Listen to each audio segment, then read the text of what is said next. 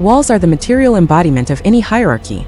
The invention of the social ladder by necessity entailed the creation of fences and barriers to illustrate the social boundaries separating the best from the worst. Even demons need walls, if only to break through them and daub them with obscenities to show their disdain for the authorities. It is no wonder then that, in order to vie for Shamira's attention, one must overcome one of the most prestigious and well-guarded borders in all of Alashanira and gain entry to the harem of ardent dreams.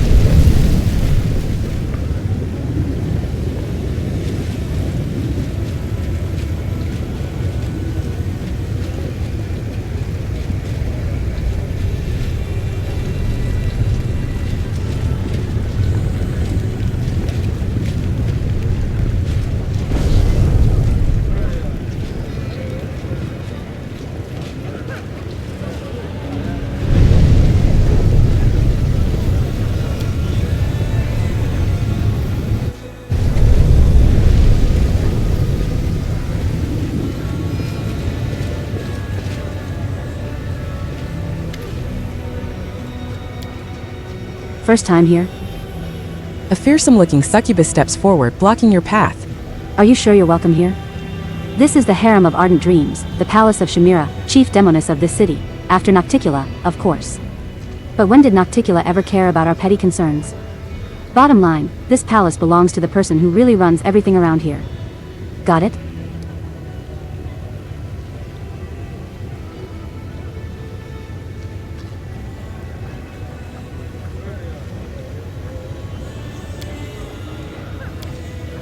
The demon shrugs. You are known in the city. I don't think Shamira would deny you an audience. Come in.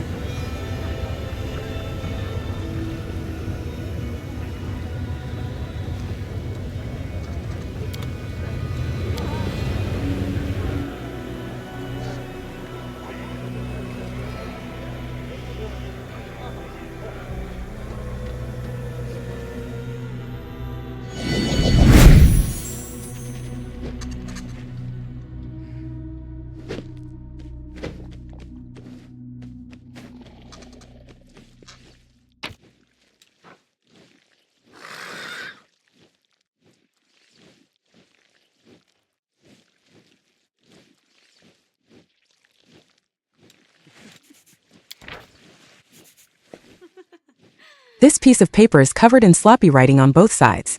The phrases are incomplete, indicating that someone was taking notes pretty much on the go. Major. Lamashtu.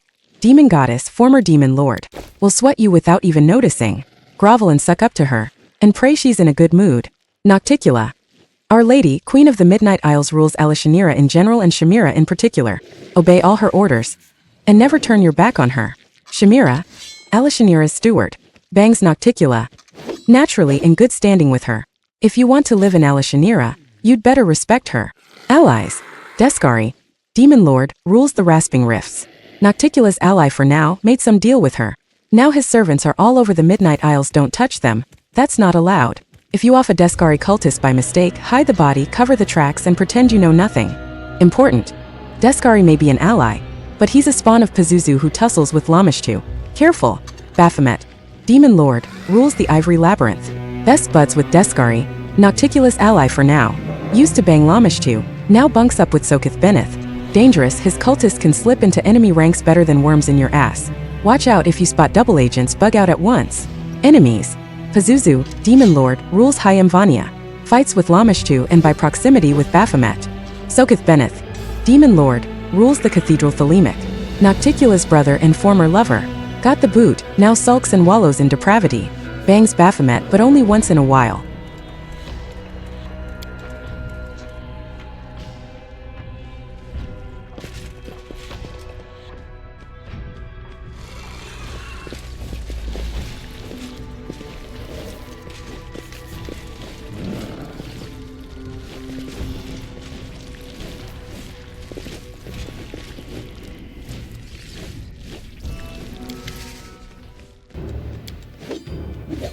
A red-haired, beautiful demon sits majestically on the throne, an aura of bright light blazing around her.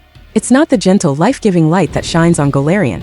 This light blinds, withers, makes a person burn with fever, draining their strength.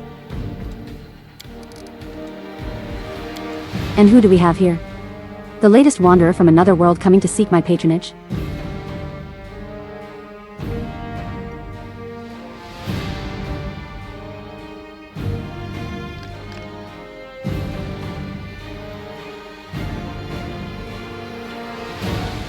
Okay, let's ask number 4 first. Does the name Willowdus mean anything to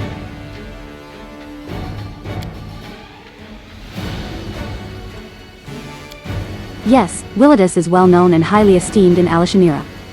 He is Nocticula's advisor and in charge of matters related to magic in Alashanira. Shamira's voice grows irritated. That's why I would be happy to see the cursed dimwit doing some real work for a change.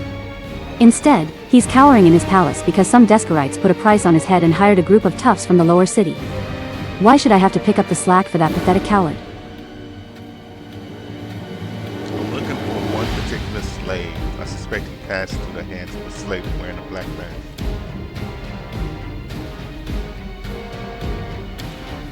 Shamira gives an indifferent shrug. So you're looking for someone. Well, good luck with that. What does this have to do with me? Did you expect I would concern myself with the fate of each of the hundreds of slaves sold every day in the city? We'll come back to Sean being arrogant. Let's go to, I have a few questions.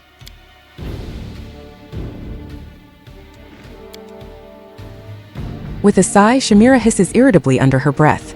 Curse Nocticula's hospitality for bringing these strangers from other planes to my city and my harem. I want to know more about Nocticula.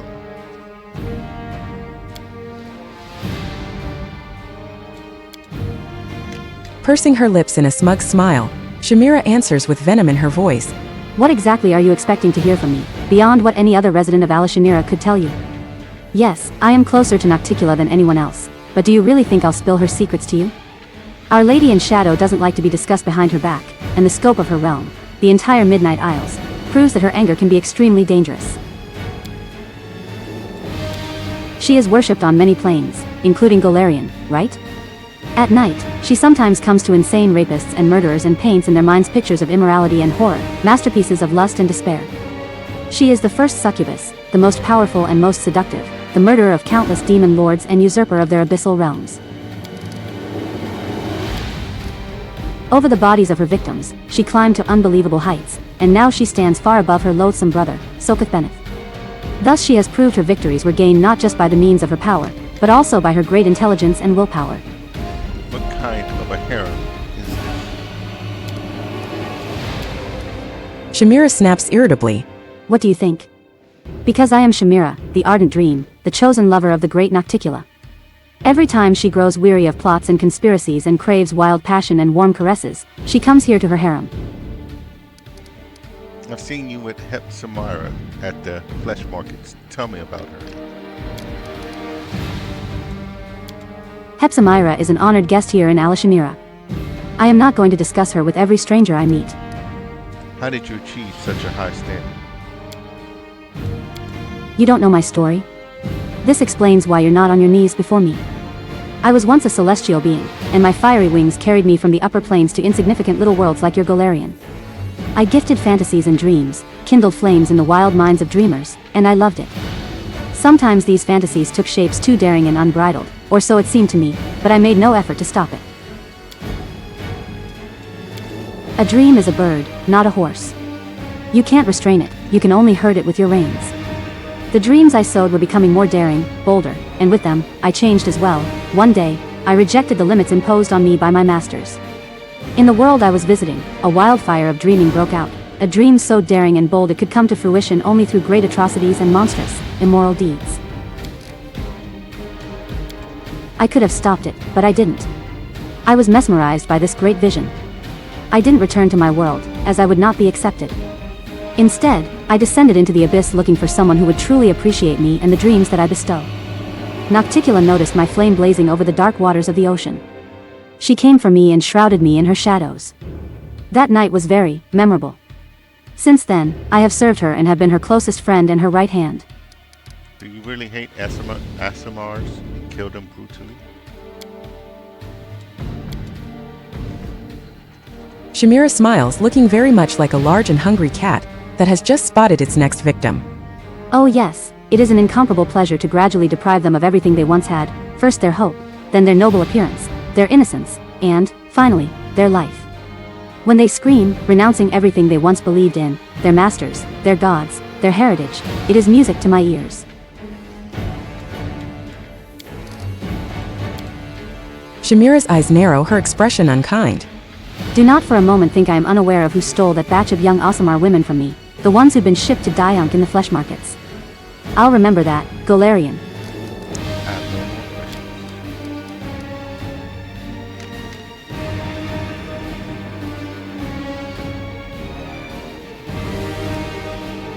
Let's see your arrogance. I have no idea what power you have no idea what powers I command. I don't either. Shamira just shrugs, looking bored. No matter what powers you possess, I doubt they would impress me more than the two Bailers who started a fight in the middle of the city and whom I had to force into obedience. I doubt you would be a match for an infuriated Merilith robbed by some cunning thief. Negotiating with you will hardly be more difficult than negotiating with the unknown monster that emerged from Ishiar and planned to devour this whole island in a single gulp. If you seek to impress me, you'll have to do something more than just boasting about your powers. I came here seeking your patronage.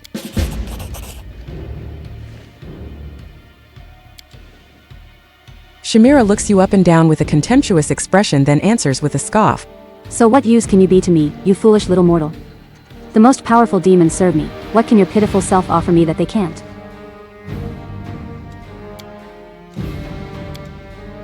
In your mind, Shamira's voice sounds calmer, though it is still arrogant. In truth, there is one thing you can help me with, Golarion, but the others mustn't know about it. Work for me and I'll grant you a share of my attention and patronage. No doubt you have already heard of Nahindrian crystals. Objects of astonishing power that grant their owner incredible abilities. Everyone in Alishamira knows they exist, but no one knows what they are or where to get them. No one except for that smug cow, Hepsamira. I want you to find out what they are. My advice is to start searching in that pile of refuse known as the Lower City. Ask for Zephyrian, my predecessor, now a beggar. If that pathetic wretch is still alive, he may know something. Now go, and don't bother returning until you have the information I need. Here, take my mark, so the arch near my palace will let you in. I don't want to waste my time waiting while you wind your way back through the streets of my city with valuable information. Your pack becomes a bit heavier, as if some new item has appeared inside it. Shamira's gold coin. The hand of the inheritor addresses you, an undercurrent of alarm in his words. I see greed in the eyes of this fiend. She is ready to offer you a deal, and I sense that more than idle interest lies behind it. We both know Nahindrian crystals can make demons immensely powerful. We are pursuing Hepsamira to prevent her from creating and unleashing upon us an army of mythical monsters transformed by these crystals. Yet, if you reveal the secret of the crystals to Shamira, we risk simply trading one enemy for another.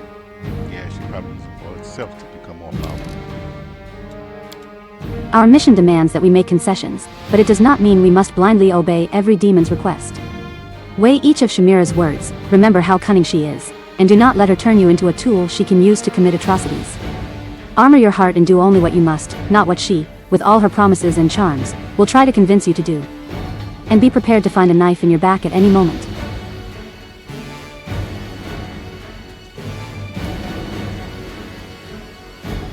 listen to you and help some of our art friends.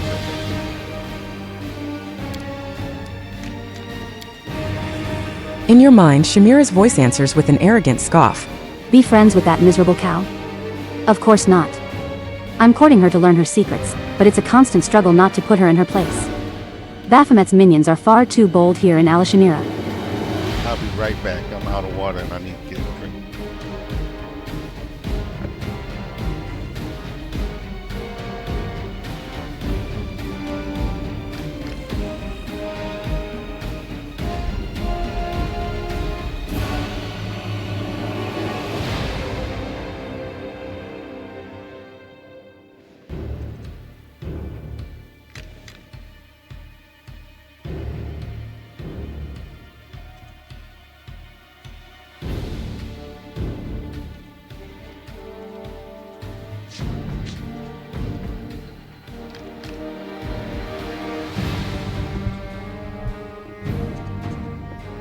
There, quick and easy, quick and easy. Let's see. Tell me about these crystals you're so interested in. You haven't heard of Nahindrian crystals? Huh, are all Golarians so stupid and unobservant? I just want to get your take. They are purple crystals. Possessing them grants immense power. Unfortunately, only high-ranking servants of Baphomet know where to find them or how to use them. They used the crystals to gain tremendous power, and now they stood around Alashimira like they own the place. Why should I look for Zephyrin? When I first heard about the crystals, it reminded me of the last days of Zephorian's rule. He was Nocticula's right hand before me.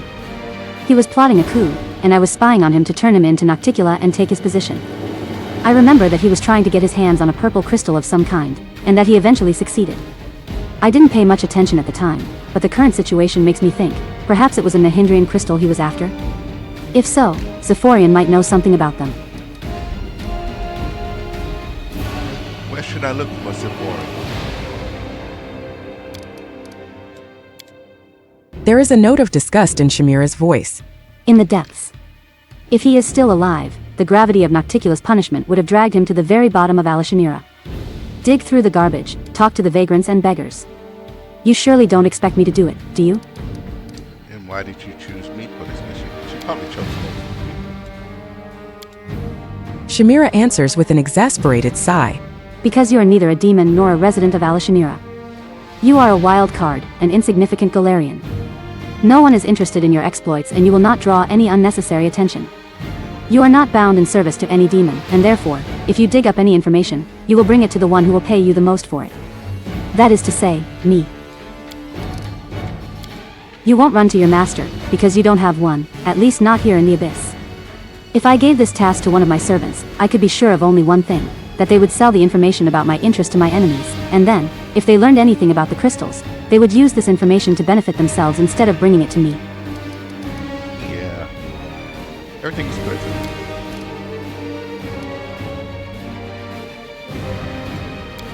Wonderful, because this conversation is beginning to bore me.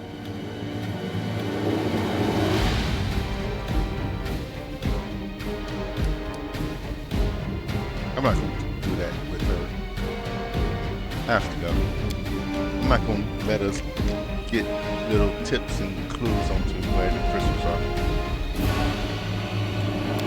Go now, and come back when you have something useful. My time is precious, and I can't waste it on every mortal who fancies a chat. Okay, so... yeah. I'm gone.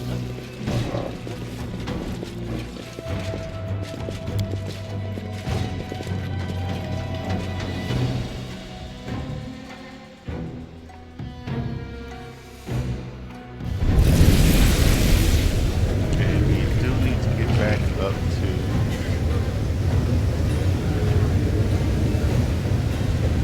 upper...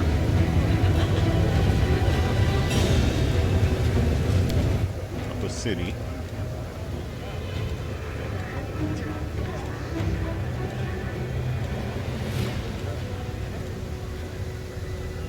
Go to 10,000 delights and then we can take that gate on up.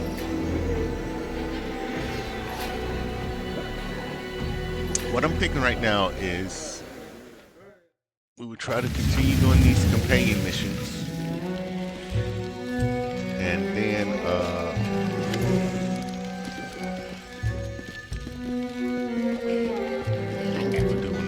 we'll do the companion missions, and then we'll try to do the Midnight Owls DLC. See how far we can get them that down here before we continue with more of the main mission stuff. I'm looking for some company. What can you offer me? Each of my charges is a true master of their craft. Years of training in a range of arts, from oratory to the intricacies of sensual massage, have turned talented apprentices into true artists. No one on any plane can compete with them in the art of pleasing both body and soul. Perhaps you'd enjoy the spark of cheerful madness granted by the fae known as the Mad Glowworm. Her temper is mild, her laughter arouses both body and mind, and the feeling of lightness a night with her gives you more than compensates for the terrible hangover in the morning.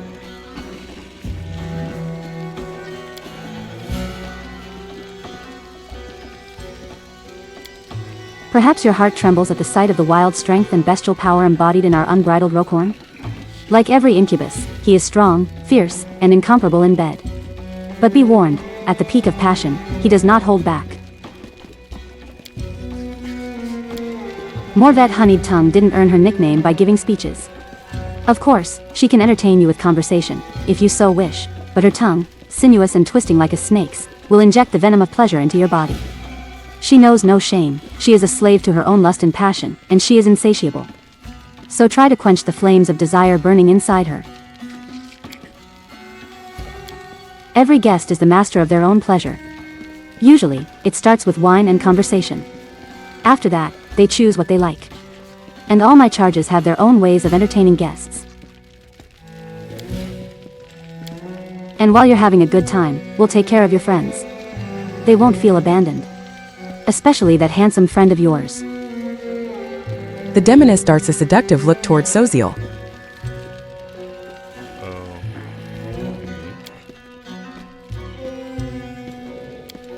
The cleric shakes his head. I appreciate your kind offer, but I cannot accept it. Herrick's pouts. You can't? I'd heard that among your warriors are those who emasculate themselves as a sign of their devotion to their gods, but I never believed such tales. What a pity. Such a perfect body, but we'll figure out something for you, you poor thing. Intimacy based on payment instead of sincere fondness makes a mockery of honorable feelings. It will degrade you, not to mention those unfortunate creatures, especially those who trade their bodies under duress. Yeah, let's go. I need time to choose. And time to go.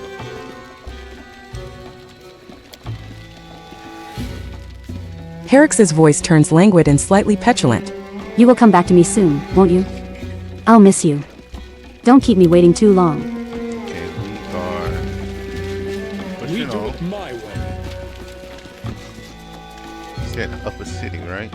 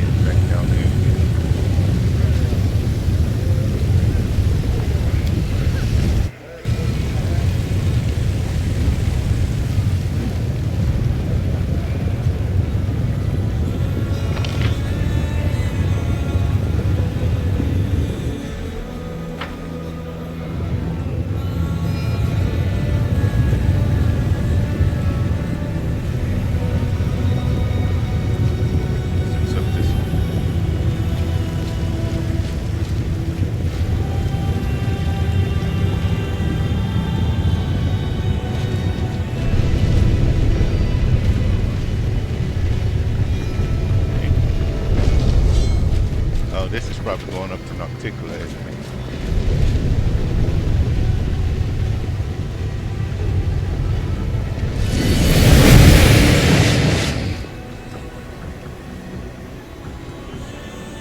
There's something here.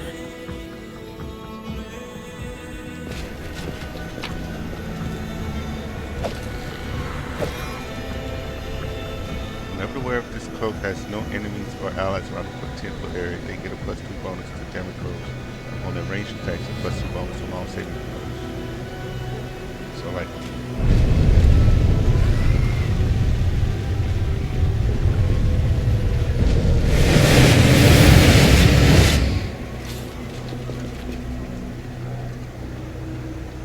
Follow if you dare.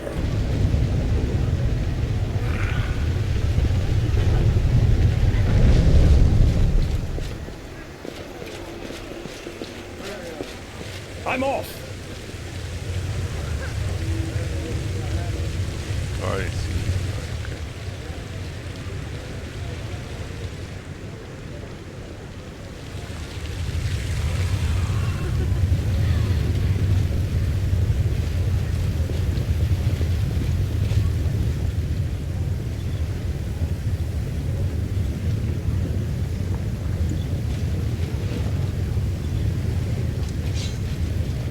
Might be trap, might be treasure.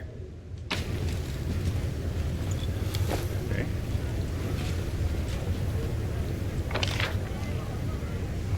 Yeah, put this all the way back, but I think, yeah, this is where we really want to go, right? I think this is kind of where we were, but we got so much damage after that fight, then we had to go rest up.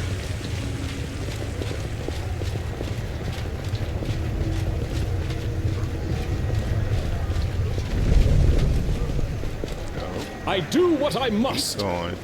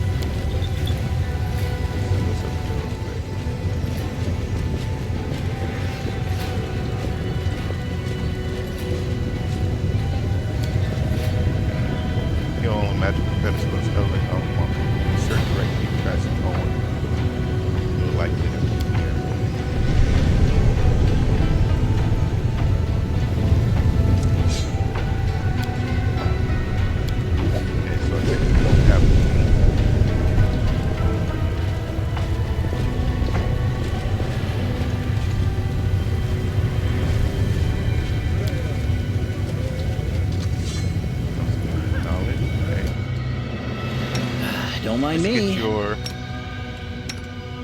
Wait.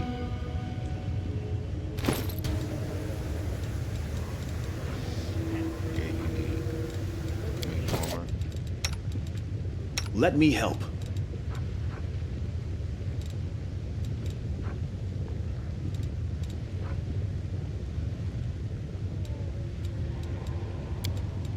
Grant magical vestment on him.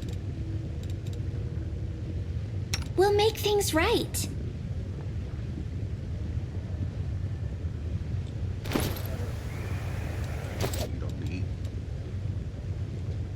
You don't need mage armor on you.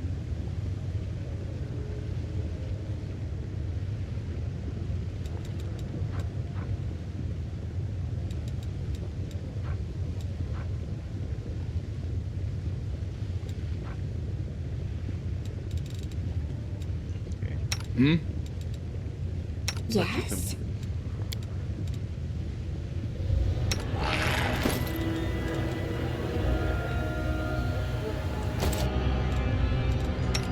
trust in yourself. I'm all ears. Except water skin. You know what you're doing. Good.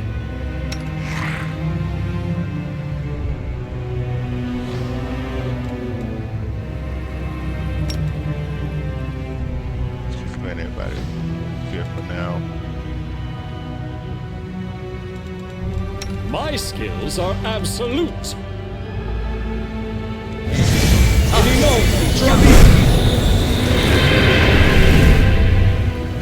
Alright, let's I'm go into gone. this wicked house.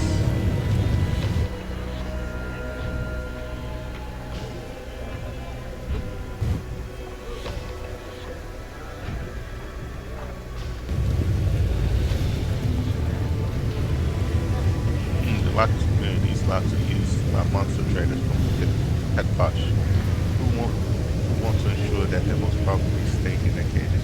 They can't be forced with one delicate twist of the knife and done. Alright.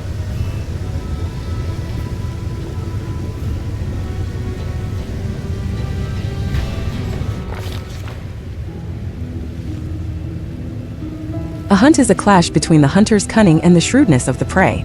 When the prey expects a trap, the hunter's acumen is put to the test in trying to subvert such expectations.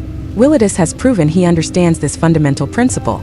The commander bursts through the front door and freezes. For all the tales about the mansion supposedly becoming a citadel, no one is there to assault the unwanted guests. There are no flying arrows, no chilling battle cries, and the expensive furniture hasn't been turned into makeshift barricades. The commander and his companions carefully examine the luxurious antechamber. There are two doors leading deeper into the mansion. One bears a symbol of a mirror, and the other, a symbol of a knife. There is a bloody pigeon feather in front of the doors, and a note that contains two words: "Welcome, assassin."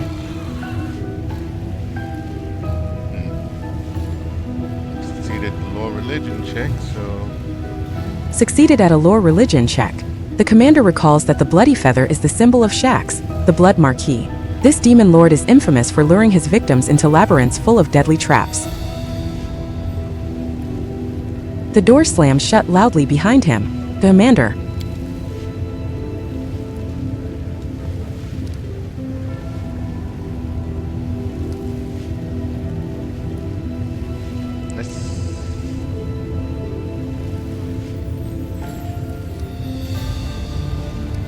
let's go to the mirror symbol.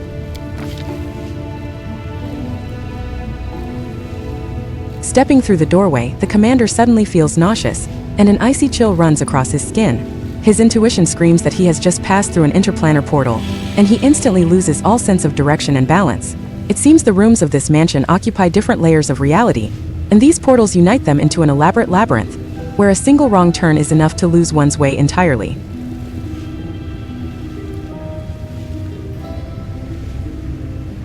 Greed and arrogance are traits inherent to almost all demons, and the lord of the mansion seems eager to prove himself without equal in the indulgence of both these vices. The door leads into a magnificent sitting room. It hasn't been furnished in a manner indicative of tasteful refinement. The lamp reflections sparkle on the gilded furniture. The floor is covered in elaborate mosaics. The shelves are full of expensive trinkets. As if all this luxury wasn't enough, the whole room is reflected back again in the giant mirror that covers the entire ceiling. As soon as the commander enters, the mirror's surface ripples, starting to bubble, bulge, and ooze like molasses. It sends its sticky tendrils toward the outsiders, and a single touch from those appendages pierces the flesh with a sepulchral chill. The commander uses his athletics, attempts to break the mirror with a powerful blow. Succeeded at an athletics check. With a furious cry, Yunlert strikes the mirror with all his might, and the surface shatters with a deafening clang. The shards fall down in a glittering waterfall, smashing into tiny fragments on impact. By right, the trophies from a battlefield belong to the victor. The commander invokes that right, and fills his purse with a considerable number of gold trinkets that any merchant would gladly barter for more useful items.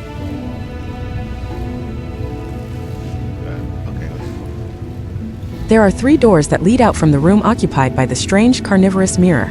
The commander decides to open the one bearing the symbol of Items received is a golden chain times 10, golden chain with diamonds times 10, golden earrings times 10, gilded horn times 10, golden medallion times 10, and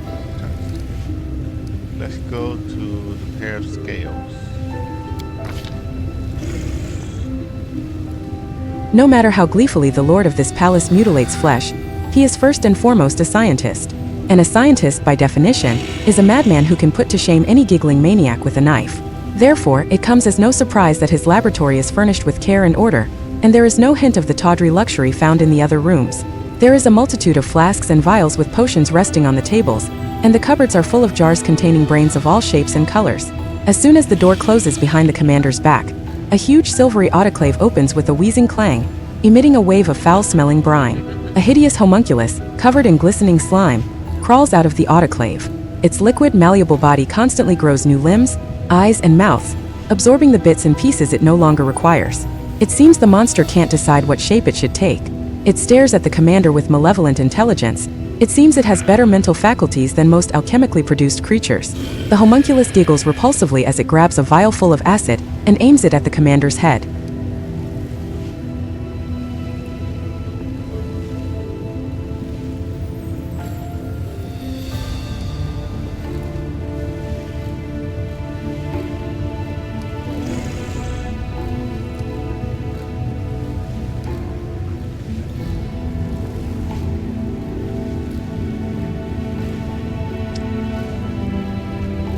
We're intimidated. It's not to scare off the malevolent monster.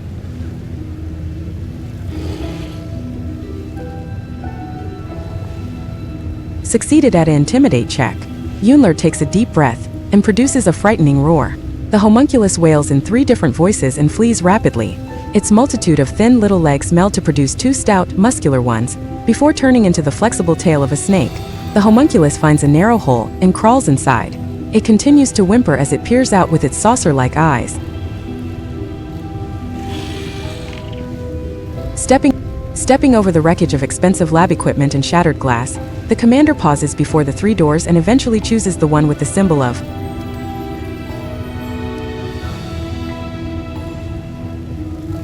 Let's go with a full moon this time. The commander enters a magnificent bedroom and ends up knee-deep in a seemingly bottomless pile of soft blankets, fuzzy rugs, plump feather beds, and other covers of all sorts and shapes. They allure and promise the sweetest dreams, if only Yunlur would lie down and close his eyes. It's a dangerous temptation. Anyone who allows these fluffy killers to put them to sleep won't wake up ever again. They will crawl over their victim, piling up around them, and then suffocate and smother them to death. Carving through a featherbed with his blade, the commander sees glistening flesh, and a thick ichor oozes out from the rend in the fabric. Yet, no book has ever mentioned such strange, bizarre creatures. Succeeded at a lore nature check. The commander can only guess that this is the result of a strange experiment on some predatory swarm organism that disguises itself as something harmless, and then preys on those it lures close.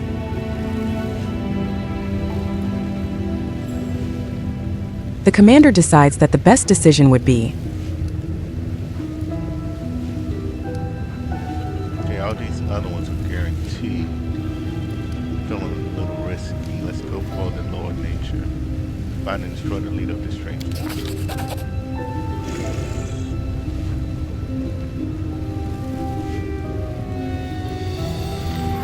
Got it. Succeeded at a lore nature check. The rugs bleed when carved up with a blade. They are a swarm or a pack and therefore may have a leader.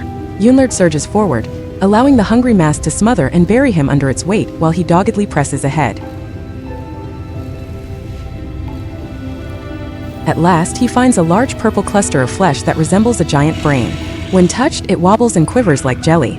Yunlur splits it open with a single decisive blow, and the wounded creature emits a barely audible, high-pitched squeal. The rug swarm bulges and convulses in pain, dying in terrible agony. It would seem these creatures had an invisible link, and destroying the brain doomed the whole brood. The commander decides to search the place. Who knows what secret compartments have been hidden beneath this repulsive mass of fabric and flesh? The search reveals a disguised niche, and inside it is a stack of papers. These are the journals of a mad surgeon who researched the brains of living creatures. The experiments described on these pages are as repulsive as they are enlightening for anyone who isn't too squeamish to finish the reading. 2 doors with different symbols lead from the master bedroom. The commander decides he would rather take his chances behind the one with A blazing fire. the commander finds himself in a long stone passage. No traps are triggered by his careful steps, yet at the end of the passage, his vision grows blurry. The illusion of safety falls apart like a house of cards, revealing an endless fiery field, ashen mountains, rivers of lava, and magmatic volcanoes. Hot wind scorches his face. It is not difficult to conclude that this deadly place is the elemental plane of fire. Ash and volcanic rock tremble beneath the commander's feet, but walking on it seems safe enough for now. The only escape route is the distant three-way arch of rough-hewn stone containing the 3 familiar doors. However, in order to reach it, the commander must find a way past the river of fire, in which tiny islets of porous stone are just barely visible. The river spews out tongues of roaring flame that land on the banks and crystallize into dark glass. As a result, both banks of the river have become steep, jagged cliffs of obsidian. There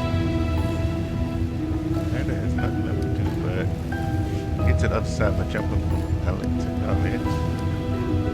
Cross using the rocks scattered about the place. Let's walk along the bank looking for a ford, guided by his knowledge of interplanetary travel.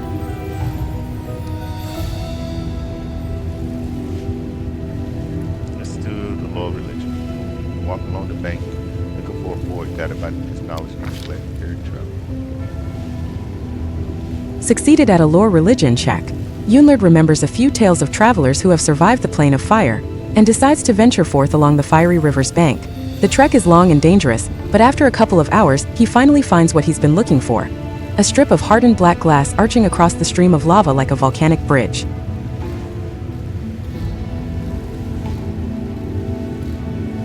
Yunlord carefully makes his way to the other side using the makeshift bridge, and climbs up to the stone arches. After reaching the stone portals, the commander has to decide which of the 3 doorways to enter. Eventually, he settles on the one with the symbol of. We'll go with the rod. The door doesn't budge. The commander forces it open with his weight, and enters the same hall where this dangerous expedition first began. The cozy, comfortable setting in no way hints at the nightmares that awaited the commander inside the mansion. The door outside is wide open, and through the doorway, dark figures can be seen clutching weapons. All of this was nothing but a warm-up. The final decisive battle is still to come. The commander prepares for a fight as he steps outside the accursed mansion.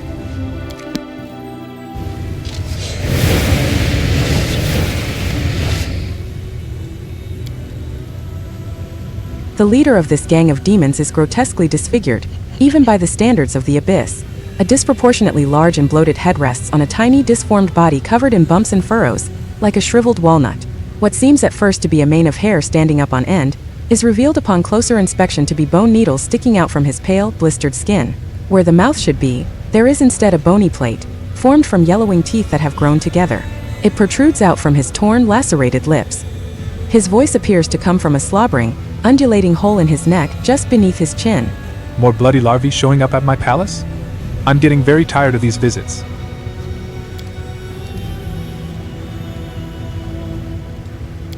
What a freak. Even I feel somewhat conflicted. Would killing this creature be an act of cruelty or mercy? I do not wish to show mercy to the scum that set me up. Who are you? A snort of derision escapes from the creature's throat, and he makes a dismissive gesture with his hand, his dirty nails curling into long, thin spirals. You don't even know who you've decided to challenge? Let these words herald your imminent death, outsider. I am Willidus, the wizard confidant and advisor to the Lady in Shadow. I am also known as the Vivisector. Greybor smirks, not bothering to hide his contempt. So many words. I'll simply call you a corpse. Less impressive sounding, perhaps, but easy to remember.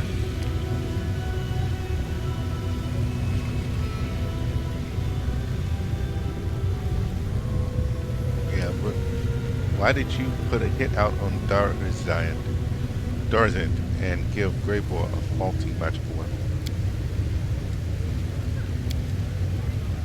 The demon hisses in frustration, spittle flying from the hole in his neck. Nonsense. Why would I want that idiot dead? What possessed him to think I'm the one who put a hit out on him? And how dare you pathetic amateurs even think that a scheme of mine might possibly fail? If I truly wanted to kill Darazan, he'd be long gone. But no, I don't give a damn about anyone from that swarm of locusts.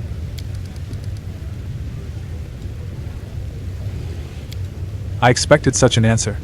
For some reason, Whenever I corner these scoundrels and demand a reckoning, none of them are brave enough to own up to their crimes, and they never go quietly when I slit their throat. Why did you turn your house into a trap? I was expecting assassins, and therefore I prepared a warm welcome for such guests. I trust that you appreciated my vivarium.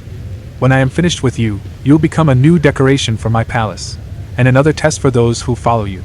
You will be mine. Some of you will be mindless pets, and the more attractive ones, I may use you to meet other needs. The monstrosity giggles lecherously, and the sound is shrill and repulsive, like metal against glass. Did you create the monsters I found in the mansion? The demon cackles with glee and replies scornfully. You call them monsters, silly boy? What can you possibly know about it? Those are masterpieces of vivisection. Impossible creations conceived not by nature, but born of my scalpel, needle, and magic. So who do you think won't you pick? My enemies are many and dangerous, and I could spend an eternity guessing. But there's no need for that. Once I've killed you, I'll soak your warm little brains in my concoctions, and read the names of my enemies like tea leaves in their wrinkled patterns. And then I'll have a lovely dinner. There is a greedy, predatory gleam in those tiny eyes, buried deep within the folds of wrinkled flesh. What do you think, Greybor?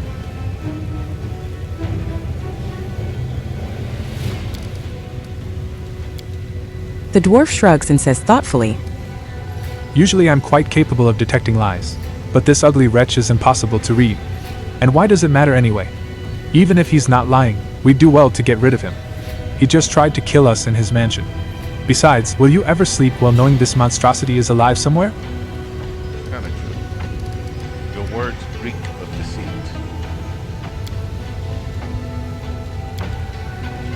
the demon's cloudy eyes flare with anger, and his smug giggles give way to a low, menacing growl. Soon we shall find out what your tiny, ridiculous, worm-eaten brain smells like. Kill him. The dwarf grins ominously, and as he looks at the demon, there is no mercy in his eyes. I won't lie, I've been waiting for this moment.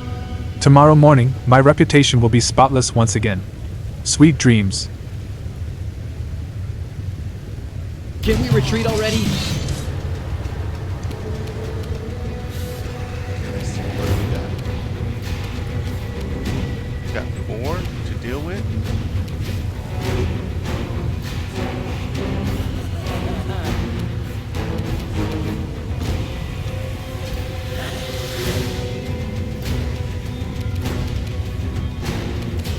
All battle mages, huh?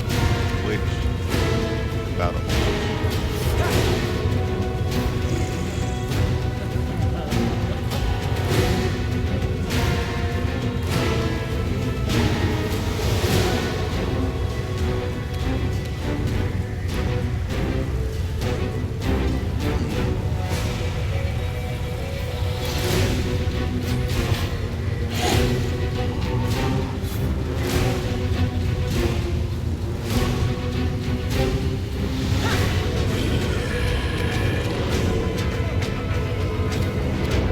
You've crossed the wrong mongrel. Did you see that?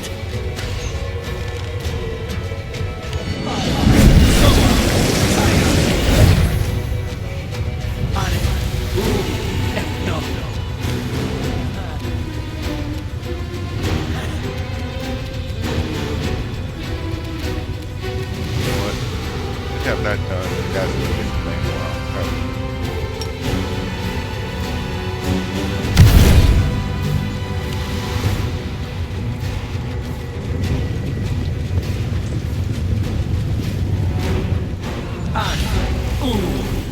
No.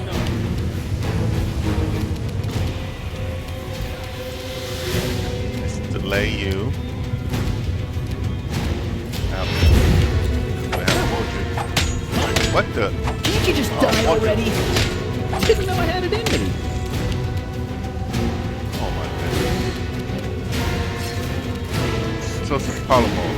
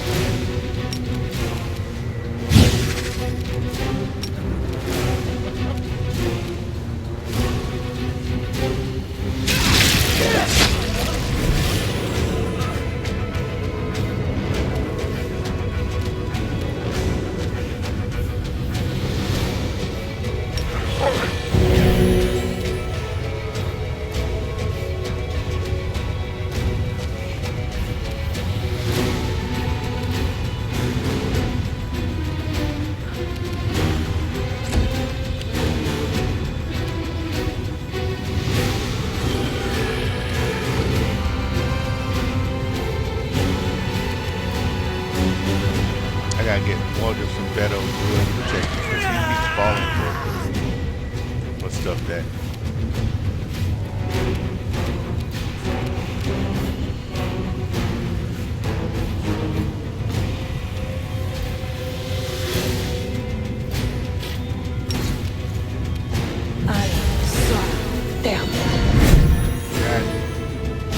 should help. See, it's bring back to senses.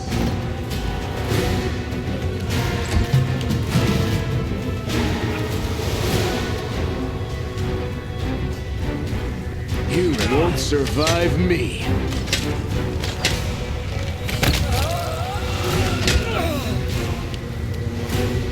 Don't hold back!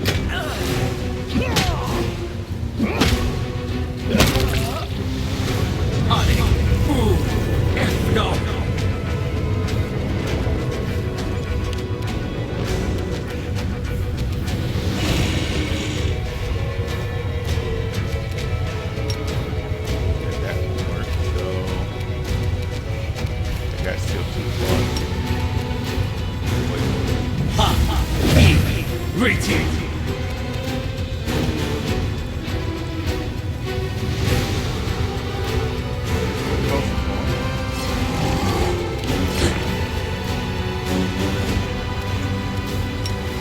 Letting him. Russian. Oh, we don't need this Russian.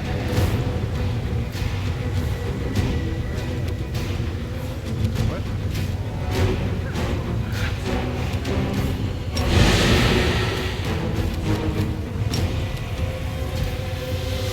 What is up with?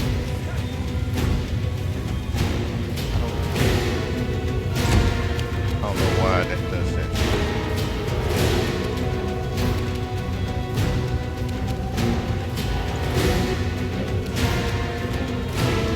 Let's see.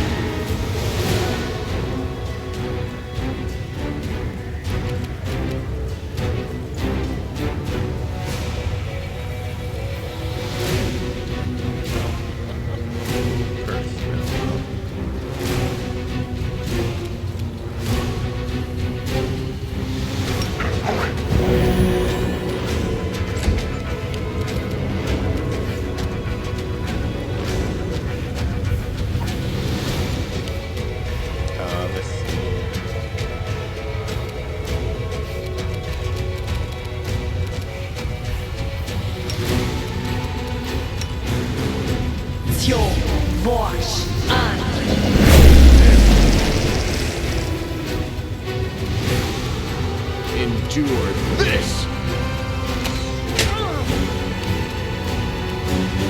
Strike!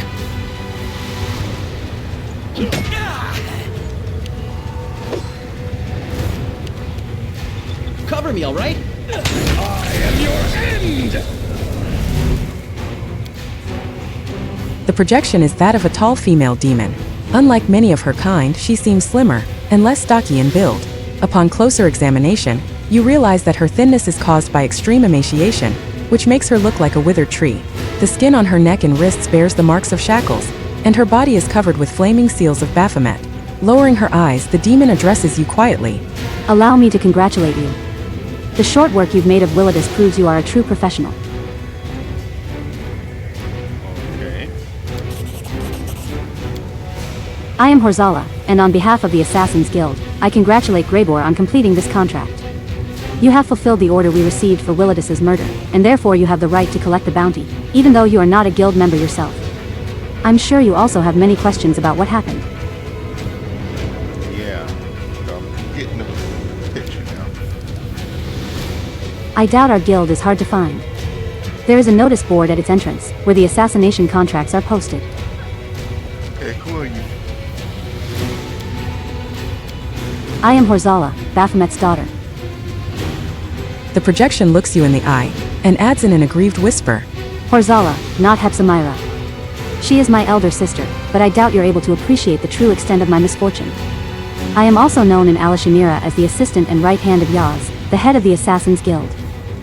Do you know what happened here? I may know a thing or two. But we should discuss these matters inside the guild, not in public. Who's going to overhear us? The corpses? Why don't you come here and speak to us face to face instead of projecting an illusion? Or are you afraid we won't like your answers, and will make you join Willidus? At the sight of the demon's sour expression, Greybor gives an aggressive snort.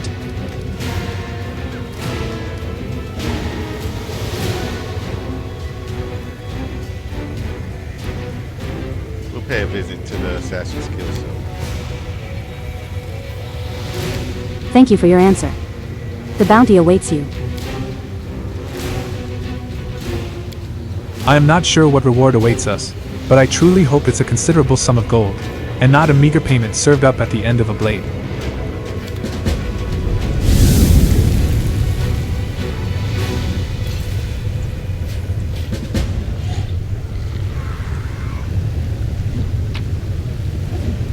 Got those.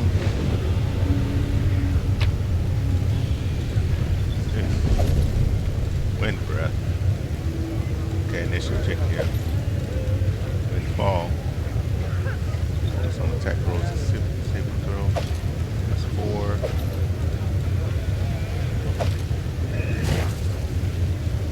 Okay.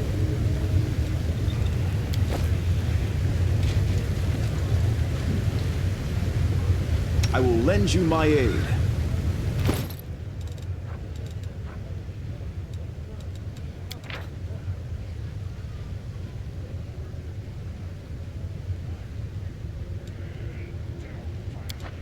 Okay. You need some notes.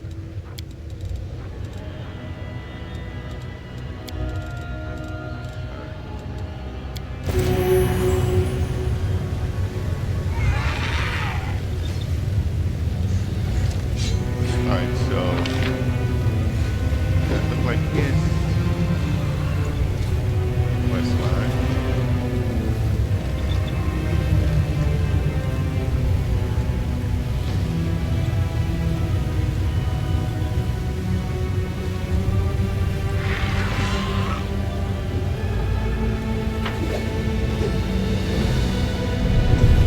I don't think we got the key yet for this.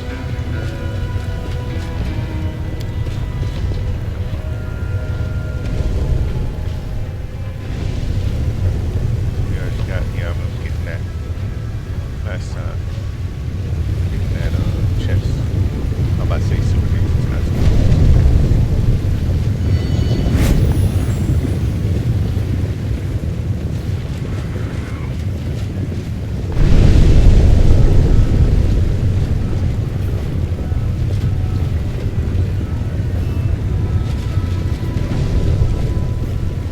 What? So you're the mortal who's the talking sound. You're gonna join the Ashkenaz nobility, are you?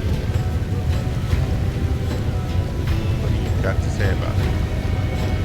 I will not tolerate material playing guilt, disgrace, and nothing but his presence. So you also Yet another obstacle. can make quite a bit happen. What? What's going on? Why is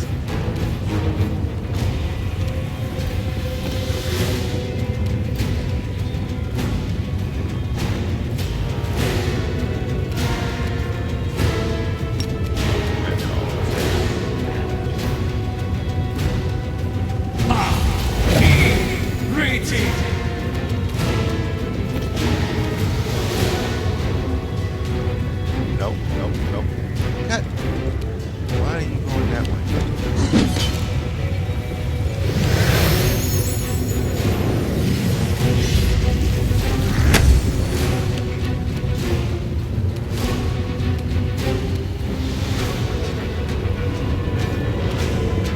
Okay, what is going on here?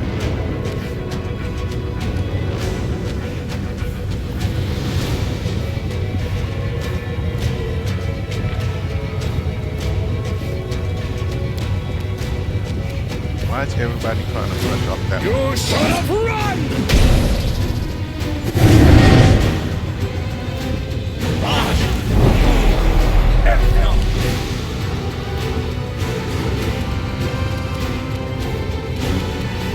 No. What the freak is going on here?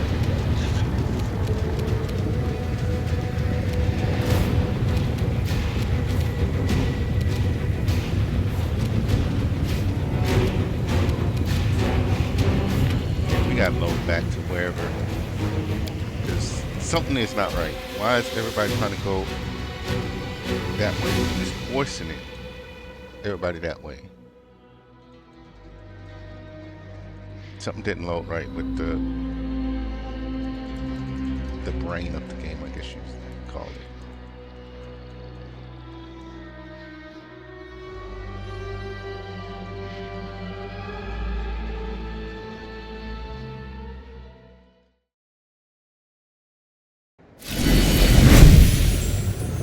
Oh, we gotta go through all this again.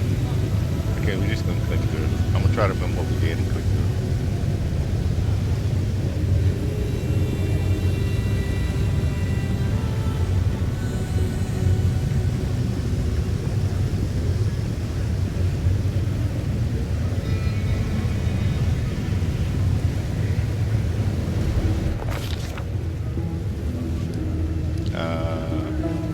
Hit the mail first, right? Yep. Athletics. And then pair skills. And intimidate.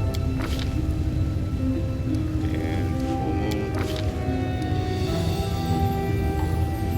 Find destroy.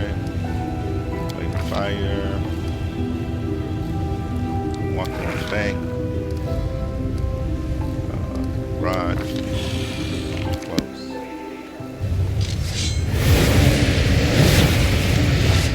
Okay. Get that. Will you?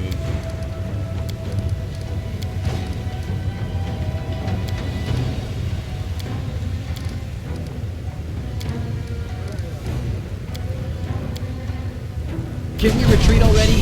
All right.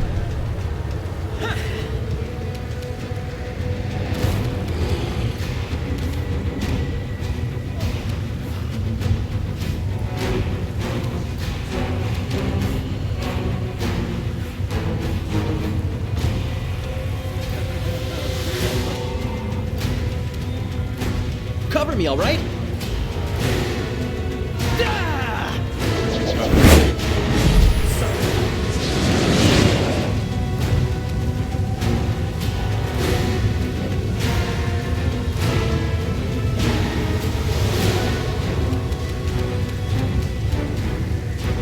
Land is great.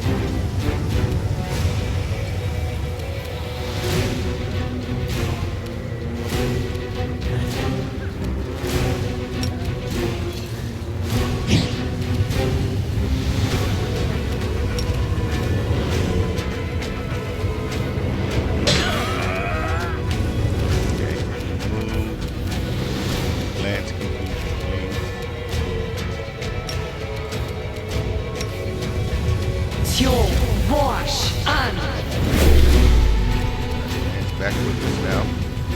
You've crossed the wrong mongrel. Did you see that?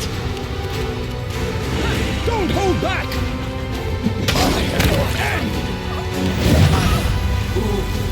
No.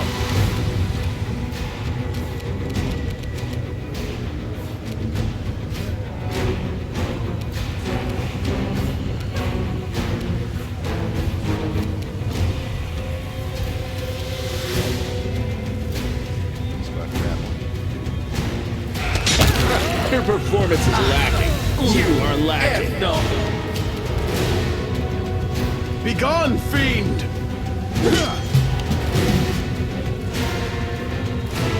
Stab you or zap you. Why not both? Die already. Simply business.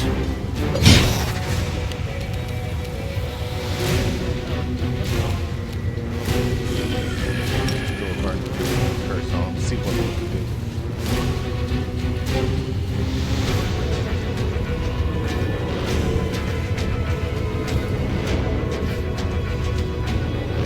Yeah, okay.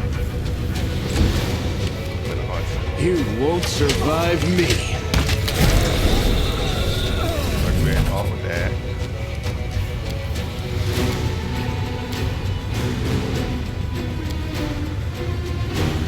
Oh, we did.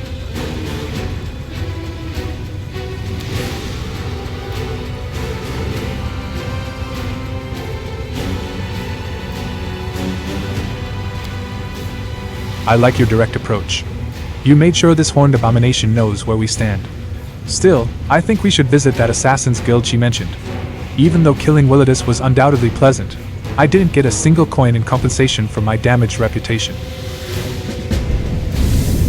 Drop a quick save.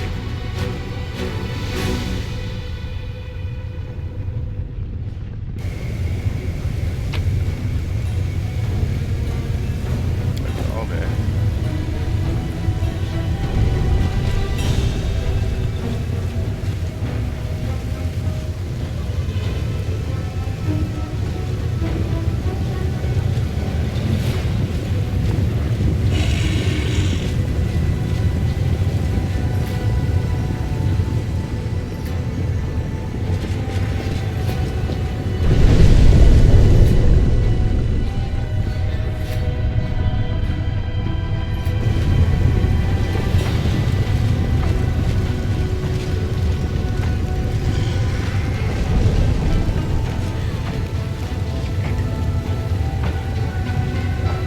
Let's see about these guys now.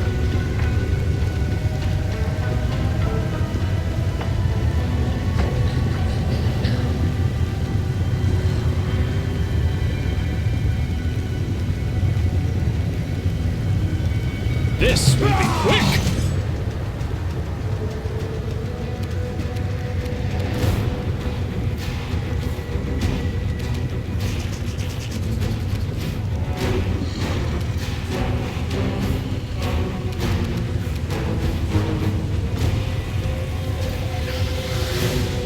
Sage sorcerer.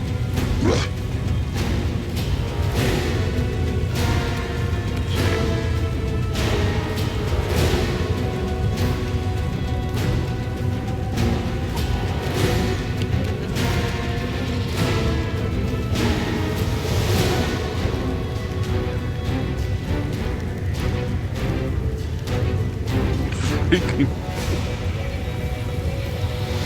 His armor class is 27. Our attack bonus is 26.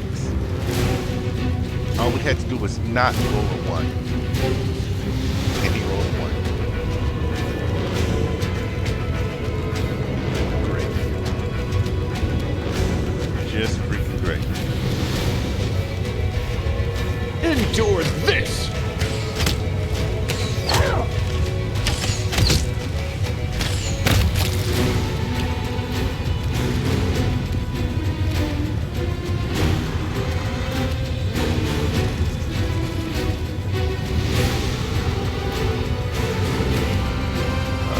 Let's see.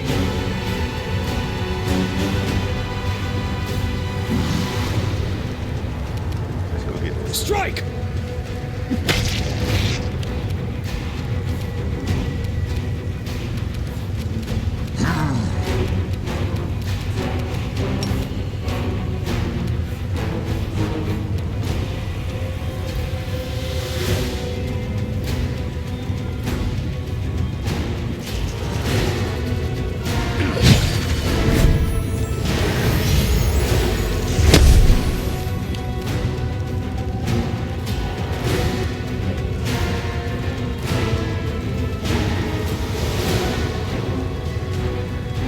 Everybody passed. Can we put him to sleep? Will is mighty.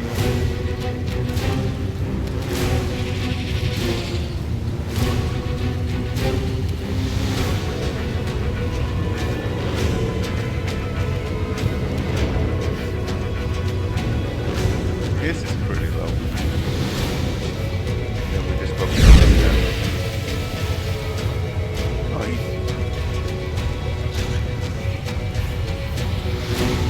Roll the 19.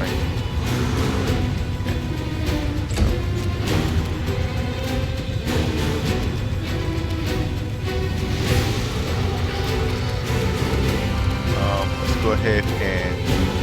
I don't want to worry about getting spell slot right now.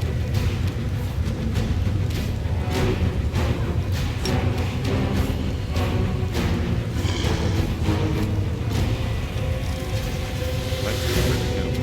Fall!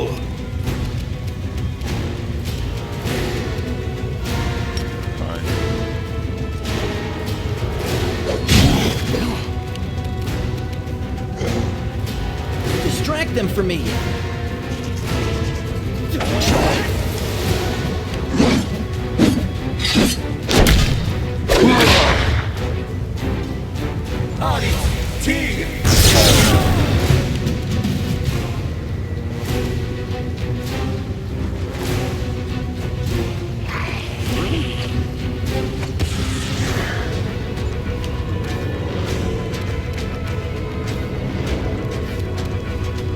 Make every strike count.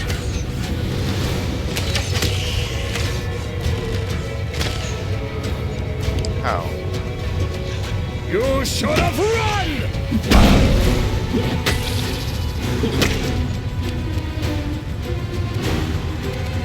I really want to get rid of him.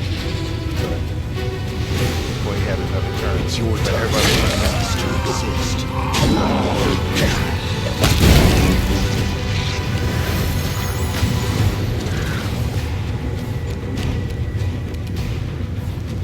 Surrender, or else!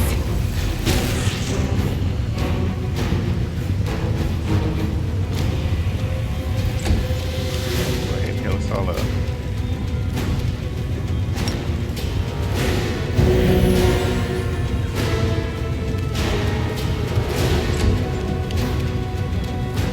Time to share your treasures.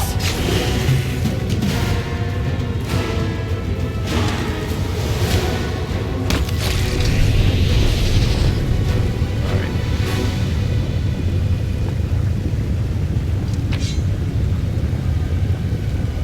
Grab all of this goodness.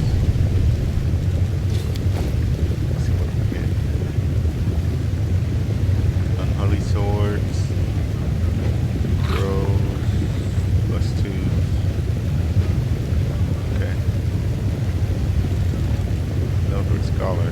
+6 braces her armor, grant +5 comfort, functional knowledge, and use magic device skills. That might actually be good for Woljif.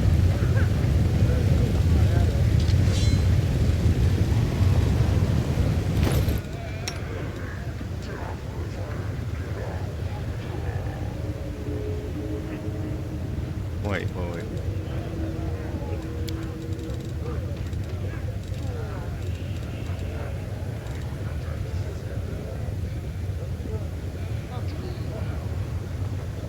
No, Ember.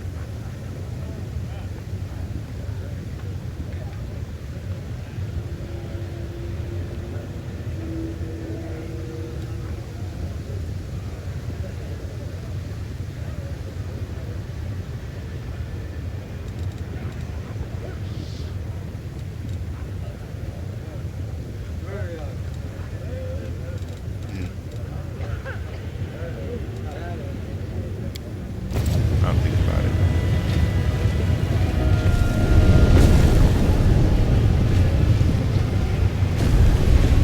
Over there.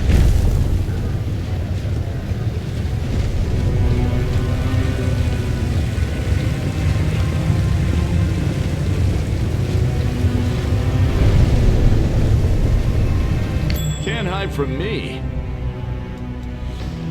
The abandoned mansion.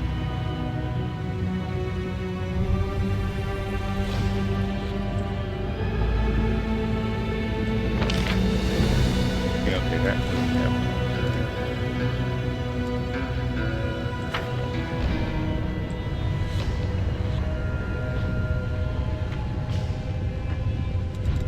Something wrong.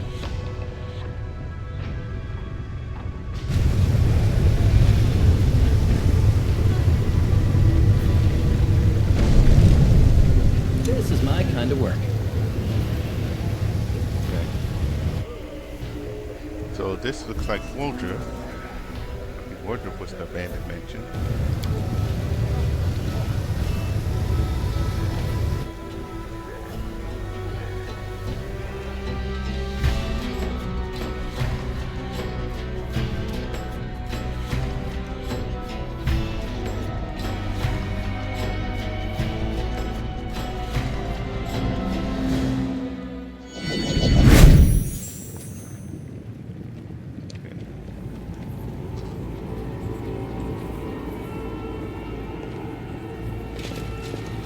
There's something here.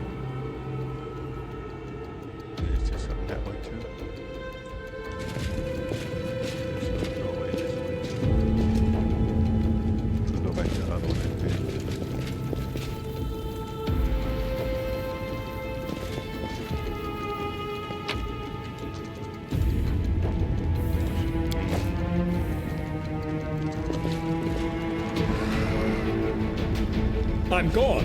Nothing anywhere. Okay. Let's see if anything else is hidden.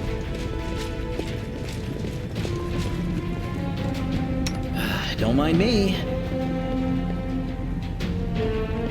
Might be trap, might be treasure. Watch and learn. So now they have to go on inside. Pretty good, aren't I?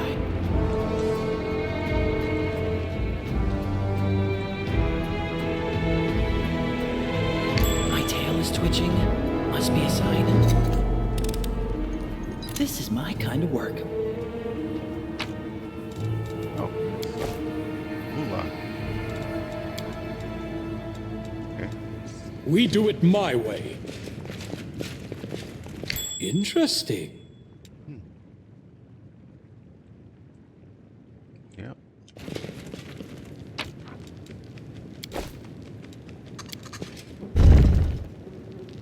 Oh, nice.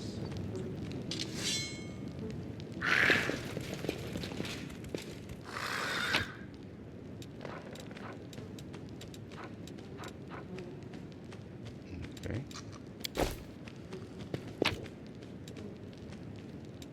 Okay.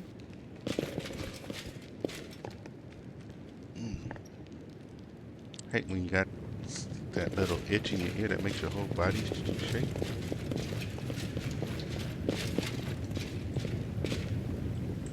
Okay, let's see. Go this way, see what else we can locate in this place.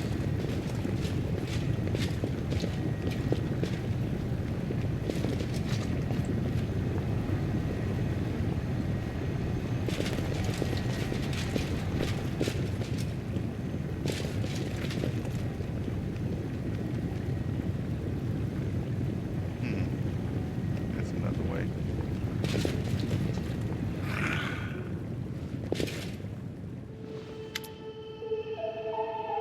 Woljif.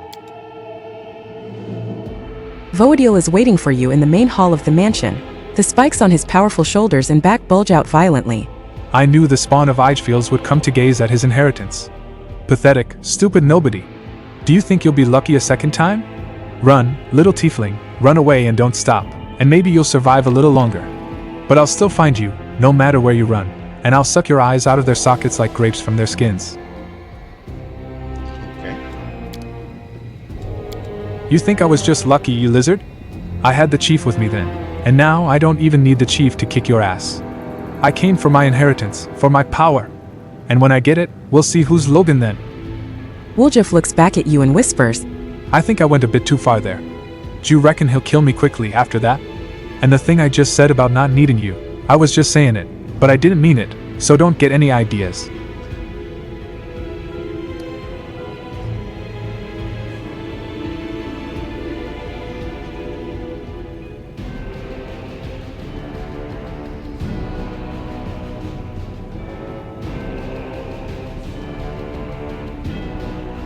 Okay, why are you so eager to destroy Woljif? He hasn't done anything to you. He and Eichfields are all guilty before my mistress by virtue of their very birth. Lady Hepzimira, the strongest child of Baphomet, hunts down her unworthy brothers and sisters, because she alone should stand before the throne of her father, the Lord of Labyrinths.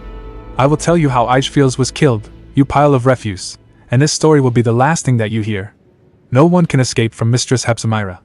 Eichfields tried. At first he settled down here, in Alishanira. He thought that in the lands of Nocticula, no one would get him. Ha! I found him for my mistress. When he sensed me, he locked himself in his treasure room like a cowardly rat, not wanting to accept his inevitable death. I carved through his henchmen and reached his hiding place. The bones of those who did not have time to flee crunched beneath my feet. I tore down the doors of the treasure room, pretending to myself that I was ripping apart the pathetic coward, but inside, I found only a corpse. Oh, my lady was so pleased. But The demon's small eyes squint suspiciously. I knew something was wrong. The corpse lay in front of me, but I felt sure that Eichfields had escaped. I tortured his servants until they revealed the secret of the moon of the abyss. I made them search every corner, but the moon was gone. How many years I searched for it. And then I found not only it, but this tiefling as well. Lady Hepzibah will reward me when I bring her the horned skull of a defective spawn that dishonors the blood of Baphomet. And she will reward me twice over when I reveal the escape of that scum Eichfields. So Woljif is a descendant of Baphomet himself? Yeah, so you're telling me I'm related to old Baphomet? How'd that happen? Lord Baphomet conceived many demons, many bastard children unworthy of their father. One of them was Eichfields, who made his way to Golarion. His blood, and hence the blood of Baphomet, flows in you, tiefling. Lady Hepzibah will destroy all who defile the purity of this blood. What is this moon of the abyss? Ask the tiefling if Eichfields left the moon for him. He should know the answer. Nobody explained nothing to me. I don't even know why it's so important. Why does nobody ever tell me anything? I don't even know who this Eichfields guy is. My grandpa? My great-grandpa? My uncle? Voadil howls with laughter. Stupid tiefling, you don't even know why you are going to die. The demon that caused you to be born will also be the cause of your death. How did you know that Woljif was coming here? I was informed that the tiefling I was searching for had set foot in the streets of Alishanira. Where else would he go, but to the mansion of his ancestor, looking for treasure? The shadow brought me here. The shadow should have known you were here, because it always protects me from you. But why didn't it warn me? Could you just take the moon of the abyss and leave me and Woljif alone? Voadil laughs hoarsely. I'll take the moon of the abyss, yes, but I'm in no hurry. And you're going nowhere. Skewered on the edge of my spike, that's where you belong, just like your friend, and everyone else who decides to intercede on his behalf. I will make a goblet of your skull and bring it to my mistress. If that counts as leaving you alone, then you will have peace aplenty. Ha ha ha. Enough talk. You can handle them, right?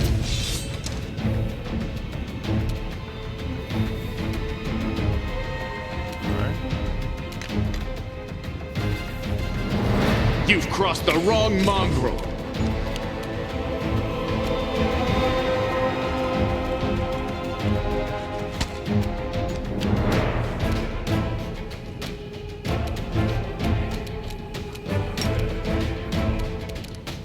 Alright, let's use one of our speeds.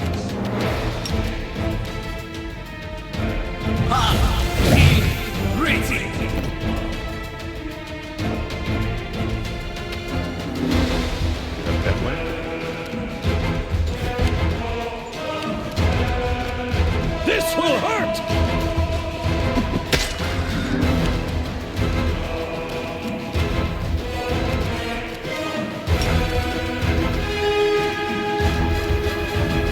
Go on this side.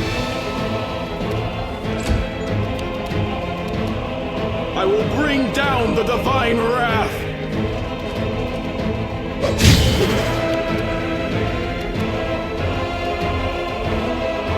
Too late for apologies. Not doing any damage right now. You won't survive me.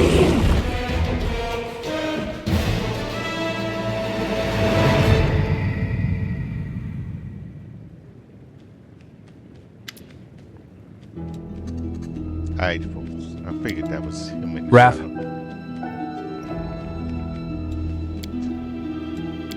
Revenge on Hepzibah and her henchmen. A gigantic demonic shadow separates from Woljif and menacingly hangs in the air. At times it seems to grow, as if the atmosphere of the abyss is feeding it and giving it additional strength. Woljif. The voice of the shadow is deep and low, and it seems to penetrate the mind, enveloping and replacing any other thoughts. My heir.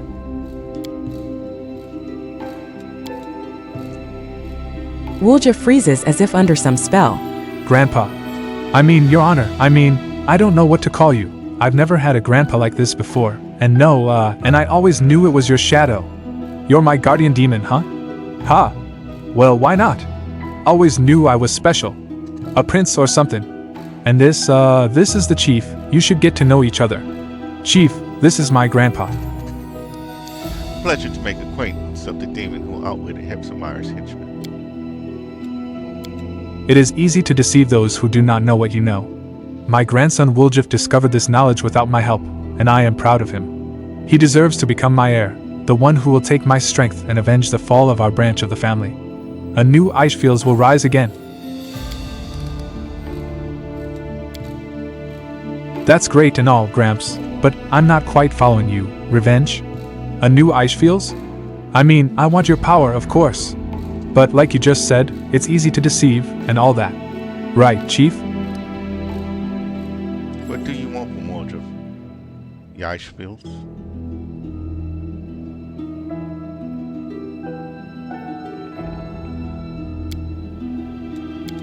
I want my grandson to accept my power and become a continuation of me.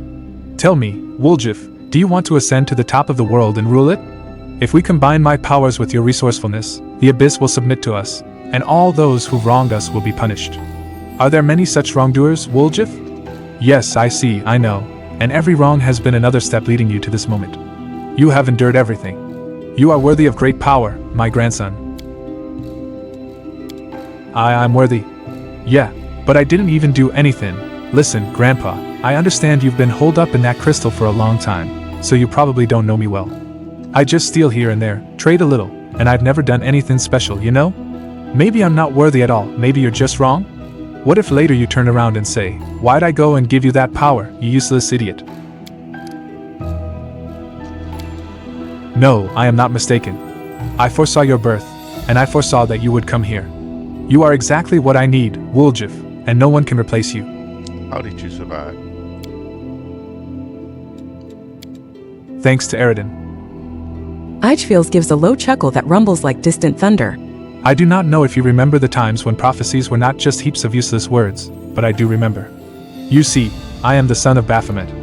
I don't think you need an explanation of who he is. Baphomet conceived many children, but my sister Hepzibah wanted to be the only one.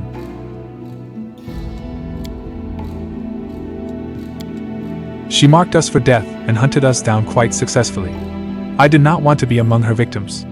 I hid in Alishanera, but I knew it wouldn't last long. In the end, I decided to learn my future. Forewarned is forearmed. I was able to acquire all the knowledge I needed about my future self after many rituals. I saw a vision of how I would put a crystal like a dark moon into a silver setting. I spent a long time trying to understand this vision, and finally, bit by bit, a prophecy came to me. I realized that I would have to die in order to live again. That the dark crystal must become my refuge and the receptacle of my powers. I must hide my soul in the crystal and wait for my heir to come to the Abyss and free me. This crystal is the moon of the Abyss, set within a silver mount. I sent it to Galarian for my grandson. Do you see, Woljif? I anticipated your birth like no one else. Why did Volto dislike me so much? Vodiel, he wanted to curry favor with his mistress, and nothing more. But you cannot deny his intelligence. Hepzibah was appeased when she saw my head, but he discovered the truth about the moon of the Abyss, and almost killed Woljif. Hepzibah, the stupid cow, just wants to destroy all her brothers and sisters indiscriminately, but Vodiel, his mind was constantly seeking ways to please her, and this desire aided his efforts. Well, he died pursuing his dream of greatness. Demons don't give something for nothing. What do you want in return? I have only one condition, and it is a very small one. Eichfield shrinks down to the same size as Woljif. My spirit will enter your body, Woljif.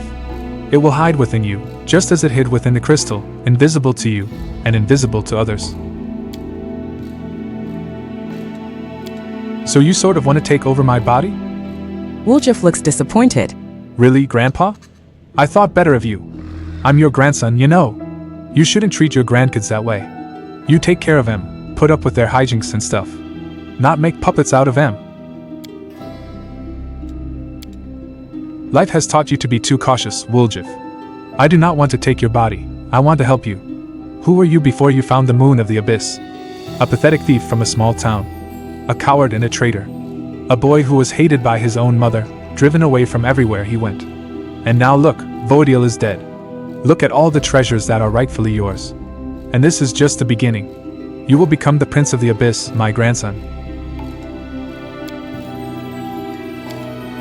Eichfield's voice grows lower, more insinuating. As for my living within your body, your success will be my success. I will only give you advice, as I did in the Whirlwind, and you will be free to choose whether or not to listen. However, I see that words will not satisfy you. Let me show you what you will gain if you agree.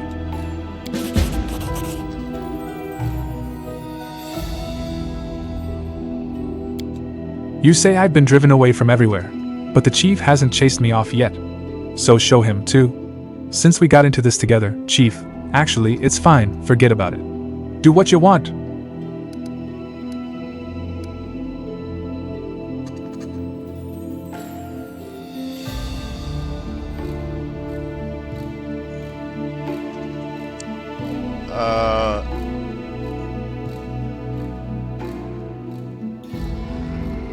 Let's see what they are.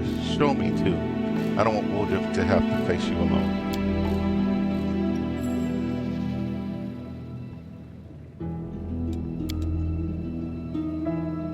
Eichfield shows no sign of impatience, but his darkness seems to become deeper, more compelling. What a loyal friend you have, Woljif. But maybe the chief just wants to guide you every step of the way. Maybe he is just afraid that you will become too independent. No, I do want Woljif to step away from you, but I don't want him second guessing after the fact. Woljif looks to you as if trying to find the answer, but then turns away. I dunno, Gramps, maybe you're right. But even if the chief mouths off, even if he doesn't do what I like, he's still the best thing that ever happened to me. At least let him take a look. As you wish. Eichfield begins to grow, his darkness pulsating as it surrounds you, until you are completely enveloped and nothing else can be seen. There is only silence, only darkness, and a soothing voice. Close your eyes, I will show you what the world will be like when the dark moon of the abyss rises.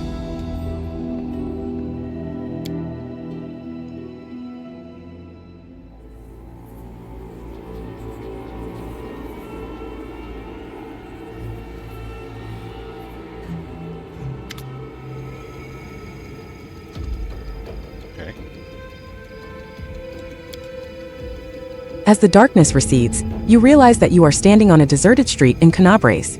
However, to call it standing is an exaggeration. You are a disembodied spirit, and through your transparent body, you can see the walls of neighboring houses. Next to you is a slovenly dressed old woman with a swollen face, her lips pursed unkindly. When she opens her mouth, you hear the velvet voice of Eichfield. Observe, Commander.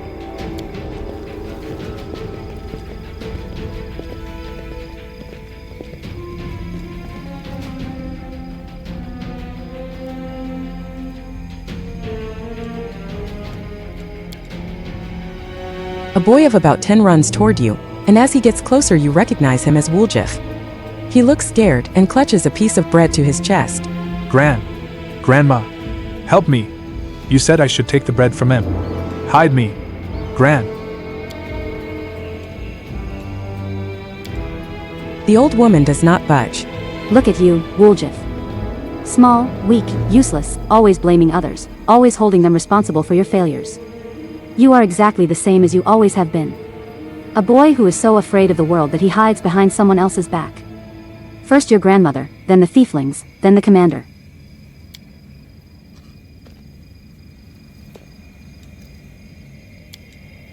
The boy can't hold back his tears anymore. Gran, why don't you ever help me? You're all I have, they'll beat me, so hide me, please. Wait, so Eichfield, was he possessing the grandmother and treat them in such a way to kind of structure him into what he wanted? You will remain this way forever, because you are too cowardly and weak to cope on your own. Only I can free you from this fear. Accept me, accept my power, and destroy your enemies. Come on. Do not hesitate. Eichfield turns to you. Watch, Commander. Once he gets a taste of this power, you will never be able to sway him again.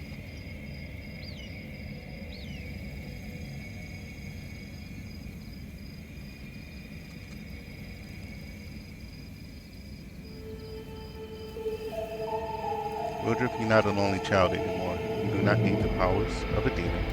You have powers of your own, and you have my help. Woljif turns to you when he hears your voice, wiping away his tears and sniffing loudly. The illusion vanishes and he becomes an adult again. Chief, you're here. Let's wipe the floor with them. Me and you fought against demons. What can a bunch of bandits do? Ah, a test of my abilities.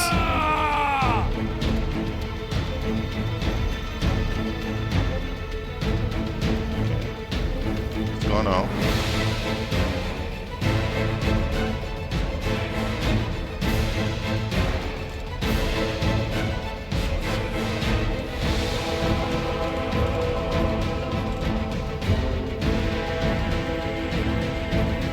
Because it's turn-based, let's turn-based. See what happens.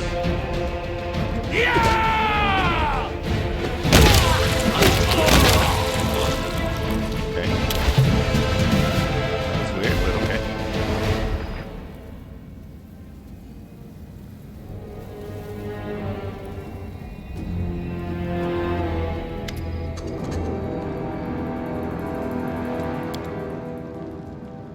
When the darkness dissipates, you find yourself in a familiar basement, the one belonging to the Thieflings.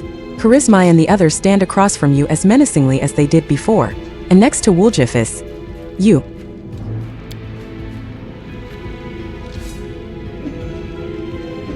I thought better of him, and I trusted you. You will never change, Woljif. I wasn't wrong about you after all, Woljif. You are a traitor. I took you into the gang because I heard you were a master lockpicker. I was warned that you were a traitor, but I didn't listen. I took you on, and for what? You've only endangered the family. But I didn't betray you. I only took what belongs to me, right, Chief? It's your fault I've been treated badly.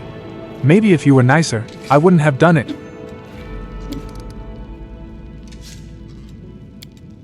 Don't try any of your fast talk on them. It's useless. Deep down, you wanted your chief to appreciate you, and for the Thieflings to love you for who you are, so that they could really become your family, since your blood relatives never were. But look at yourself, a coward, a thief, a loudmouth, a street rat, and even a demon spawn. Who'd even want to accept you?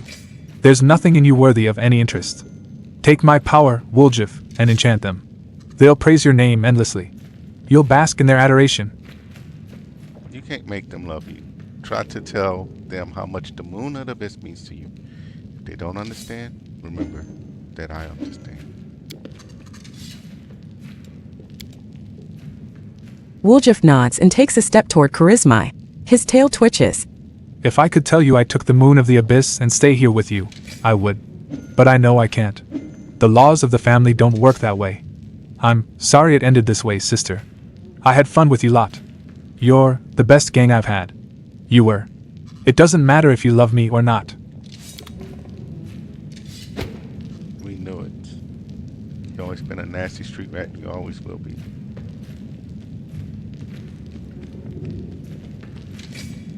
What kind of rubbish are you talking, Woljif?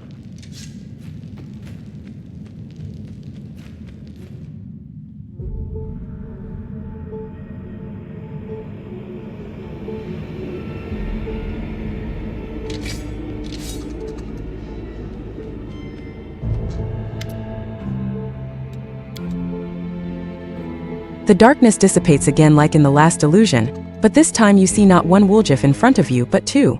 The second looks at Hepzibah, who is before him. He looks like an exact copy of himself, but something in him has changed imperceptibly. His presence is cold, and there is greatness, like an aura of darkness that vibrates around him. Now look, Commander. Oh, have mercy.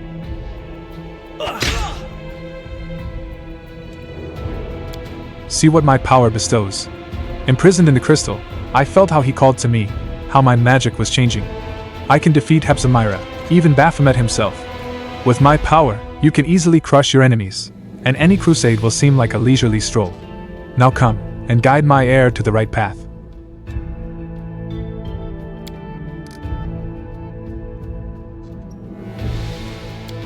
Is this what I'll become if I accept your gift, Grandpa? I do look pretty good. His voice still sounds uncertain. Woljif looks back and forth between you and his double. So we need to decide right now. There won't be another chance? Alright, I have to ask the chief, one last time.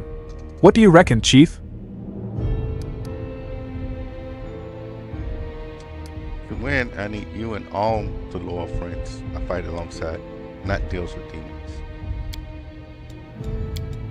Woljif smiles. What's that, chief? You can't do without my high-quality goods from the best warehouses of the family, huh? You know, life's not bad with you, chief, although I've already developed a tick in my tail, after all the adventures we've been through. And all in all, well, what's left to think about? Hey, Gramps, I've decided. Woljif tosses the moon of the abyss in his hand. This thing's beautiful and expensive, of course, and I'll miss it, but I don't need any suspicious crystals, you know. I'll get rich after this trip and buy myself some ordinary ones. Any hint of subtle persuasion instantly disappears from Eichfield's voice. Weak. Coward. You give up power, and for what? For human sentimentality? For friendship? You, who never before believed in all those sweet words, have allowed them to poison your mind. Hey, no, Gramps. I've been watching the chief for a long time. After all the stuff he's done and said, he's never once lied to me. Not ever. He was on my side when nobody else was. And you? You sat in a medallion and waited for your prophecy to be fulfilled, so you could put me on and wear me around like a little meat vest? Think on it good and hard, Grandpa. Of the two of you, who do you think I'd trust?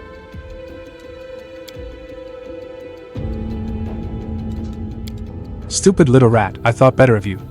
Apparently your horns have finally grown through your brain. I'll have to beat all that nonsense out of you. You will only serve me. We won't fall here. I swear it. One here. One there.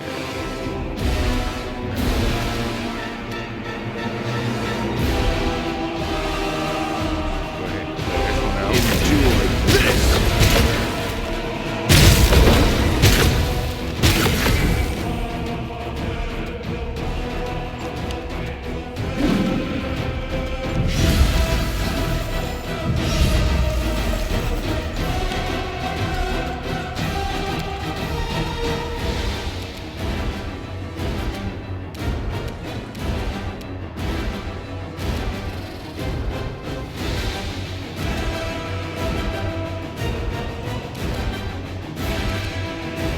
Yeah, let's get rid of this one. Don't hold back!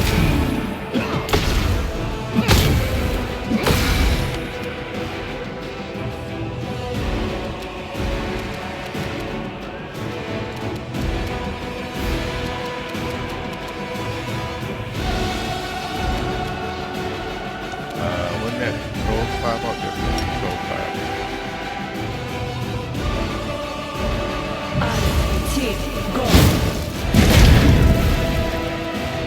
Okay.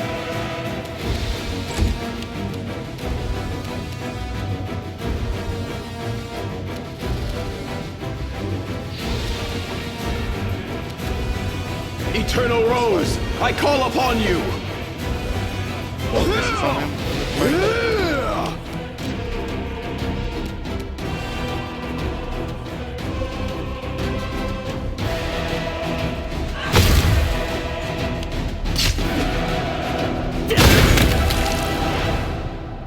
Oh, I didn't control him.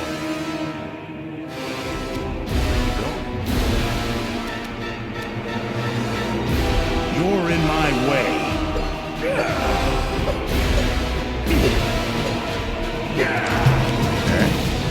Make every strike count.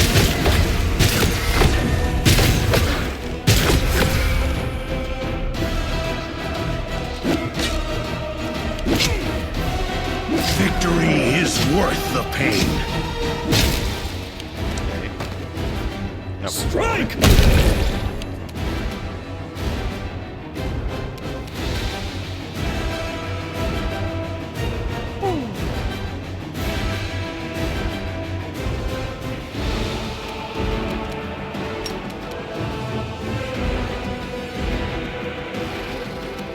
Let's look at his units. I'll hit you!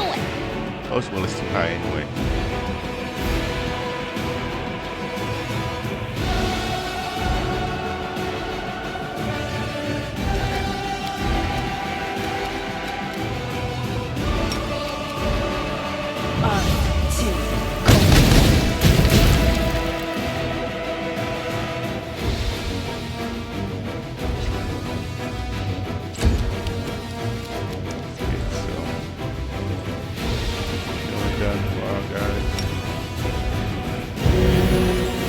back you up.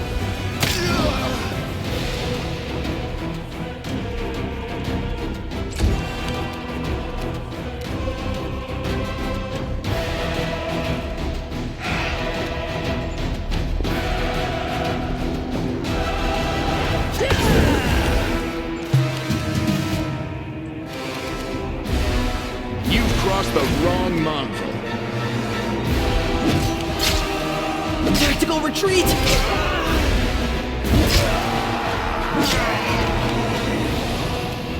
You should have run!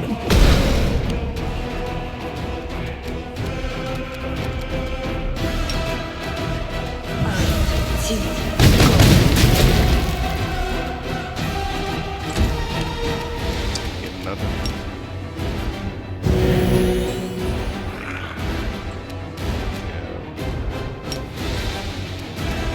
Good.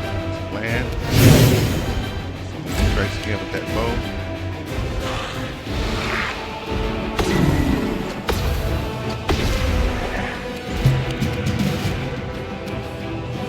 You won't survive me.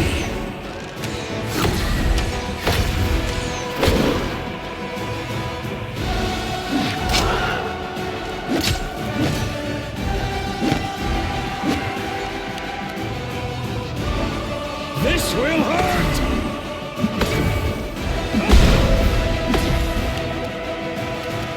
Another Fortune Ray on him. Almost got him. Almost got him. Let's get another heal on our guys.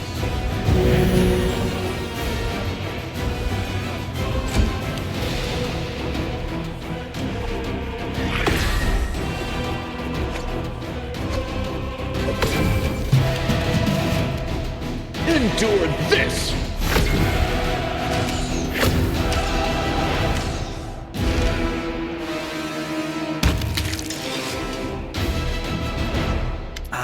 Well, that's that, I guess. And I was just getting used to having a grandpa. He's not the type who'll teach you how to fish and fill a pipe, you know, but he's alright. Probably even decent for a demon. Not surprising that Gran remembered him well. But who gives a damn about Grandma? Chief, I mean... Thanks. I don't know why you've treated me so... I'm nothing, you know? Well, look at me and you. But it turned out that we're, well, friends? Actually, friends. And you've been there for me. Why are you looking at me? I'm not crying. My voice is like this because my throat's dry. It's dusty in here. That's why my throat's itchy and my eyes are watering and my nose is running. What are you going to do now? Now? Are you the chief or what? You tell me. You know, I've got a good feeling about our campaign. So far, we've dealt with everything that's been thrown at us together. I'm starting to think the wrong gang was called the Family, you know? I'm with you to the end, Chief. And after the campaign, well, you'll have to live long enough to find out. Let's defeat all the demons and then we'll see. What will happen to the Mona Abyss? Huh? That's that. I'll keep the setting. It's nice work. Delicate, and another stone will look better in it. I'll keep it so I don't forget the choice I made and why. I'll just get it out, look at it, and remember. Ooh, and then if I live long enough to open my own shop, just a thought, you know, I'll put it in a glass case where everyone can see it and drive themselves sick with jealousy. Better get out of here now. Well, so long to the old family nest. It's a pity I can't bring this back to Galarian. Well, not all of it, but there is something we can do. Hey, Chief, let's clean this place out from top to bottom so not even a speck of gold is left behind. Might be trap, might be treasure.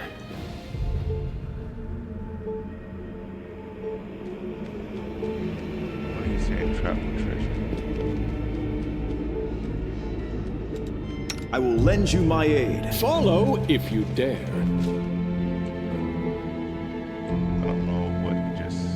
It says scrap of treasure. The world has suffered enough.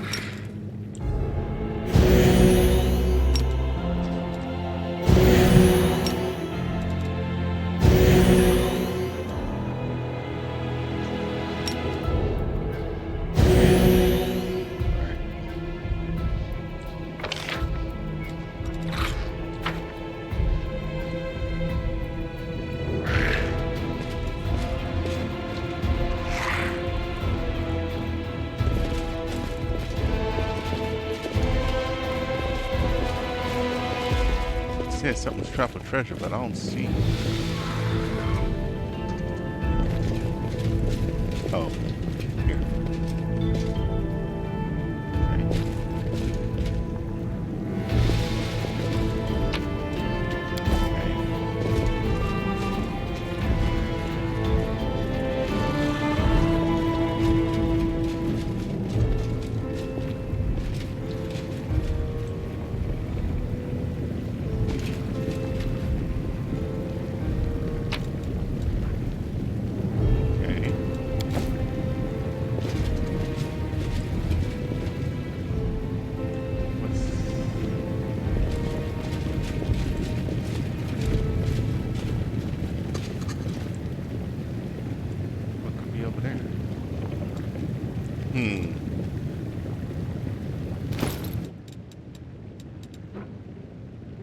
Is there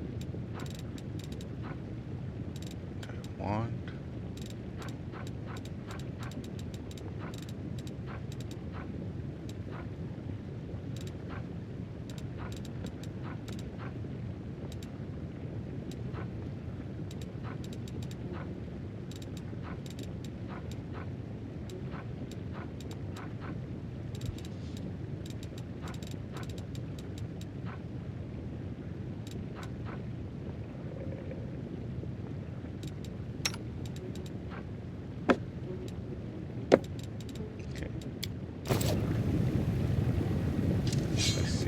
My tail is restless.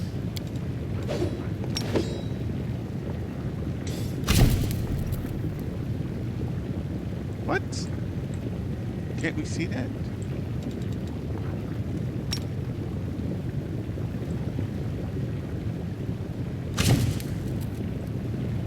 Okay, weird.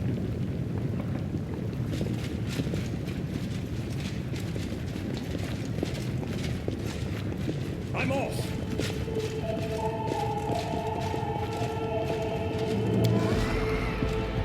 Stone slab is inscribed with small Selkorian runes.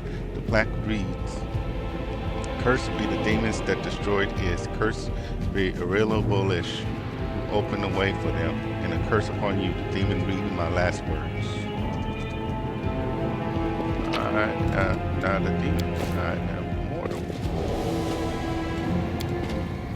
The statue of the mummified Marilyn is embellished with the intrinsic details. She almost looks like she is about to move.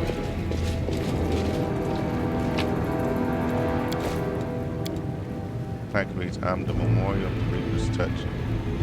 Touch me to read my tale." Writing on the plaque changes, "I am the last king of the Reapers. We were the offspring of the gods. We were granted power over life and death, and we maintain balance in the universe. At the center of our power, we rose higher than all others. We gazed down upon creation, and we were untouchable. With the other races united in opposition to our purpose, they attacked from all sides and slaughtered us until none was left. As the day rises and the night falls, we all will move forward to meet our end. I, the memory of the last Reaper King, chained inside this memorial, bear witness to this truth." Okay. Over and over. Okay, before we keep going this way,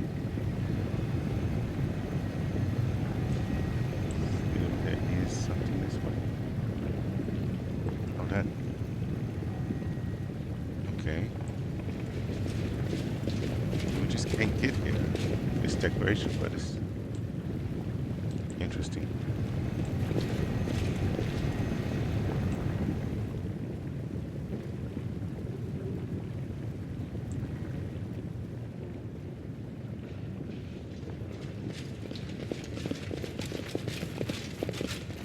I do what I must. There's a trap right back there. Aha! Okay. Ask nicely.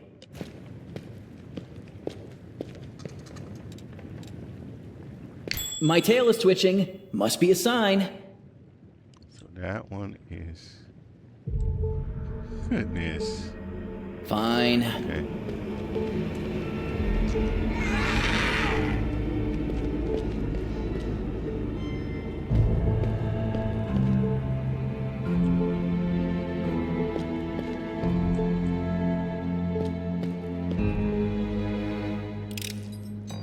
This is my kind of work. What's this? Scroll of Slay Living.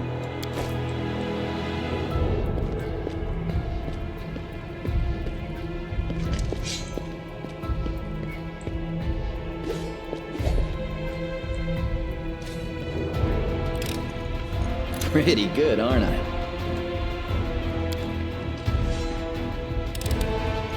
This is my kind of work. Okay.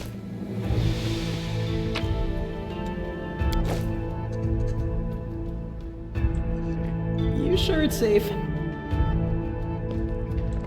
No, not sure.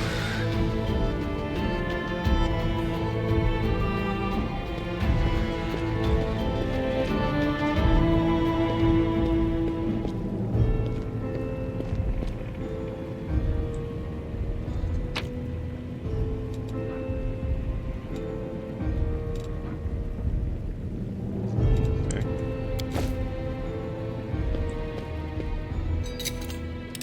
This is my kind of work.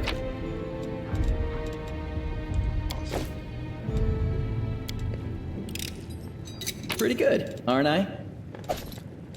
Wandering Conman. This cloth grants the wearer plus 10 competence bonus to trickery and plus 10 competence bonus to athletic skill checks, as well as plus 2 bonus to attack rolls for attacks of opportunity. Okay, I think that's something to go ahead and.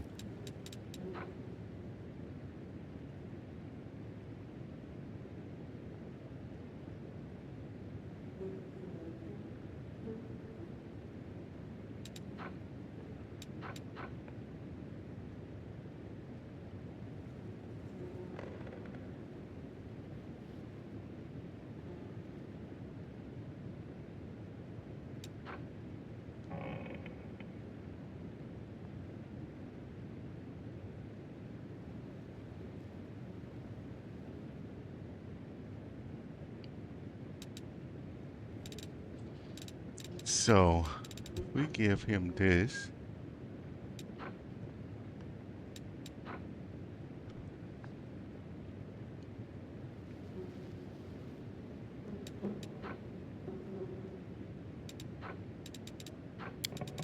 Got any other gloves he can wear?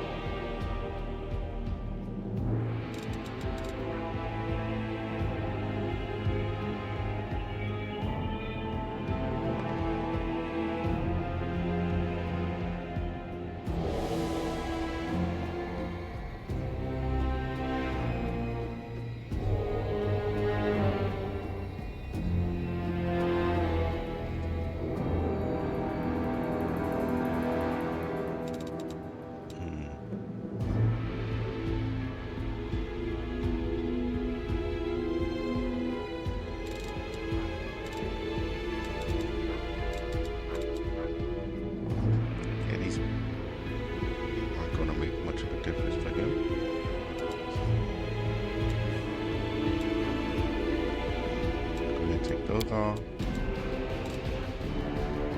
Some gloves.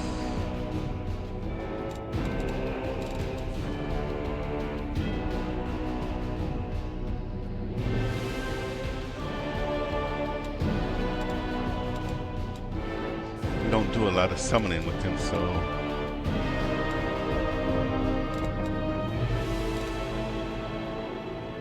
And he doesn't have high level. Let's just take these off for now, and we'll have to find him something.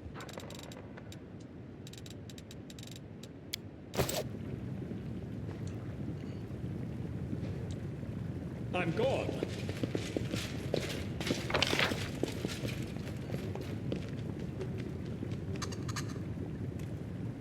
Oh, there's something up there too from Hepsmire.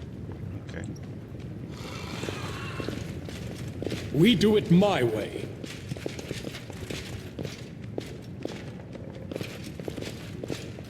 Verify that there's nothing missing. Well, as much as we can. Allow everybody to get a look in the area.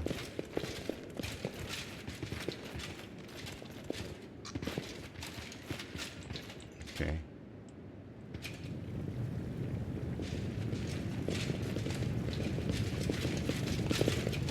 Follow if you dare.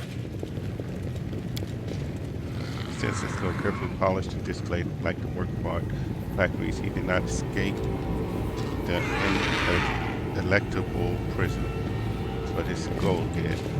Okay.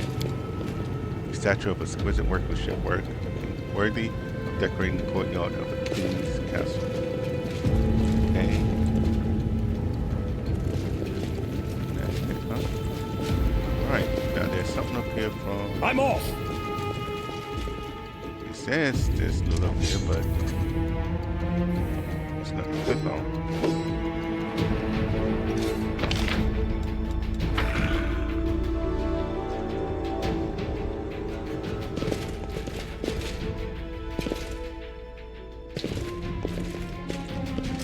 Okay. Maybe when we leave, it'll register. Let's get ready to head out.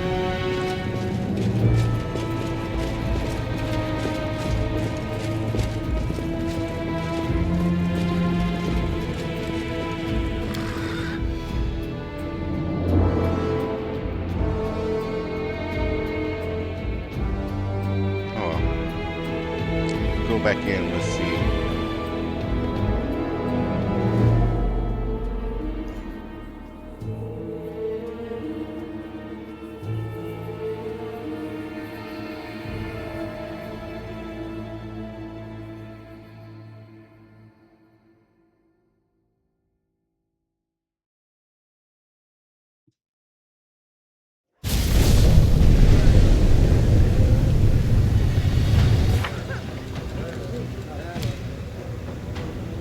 Gotta go back there with Greybor.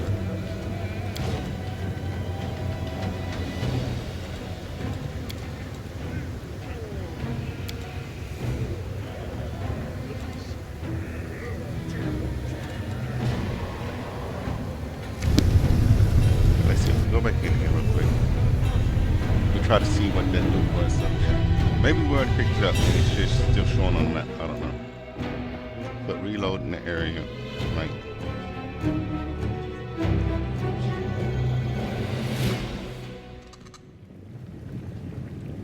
Might be what's needed.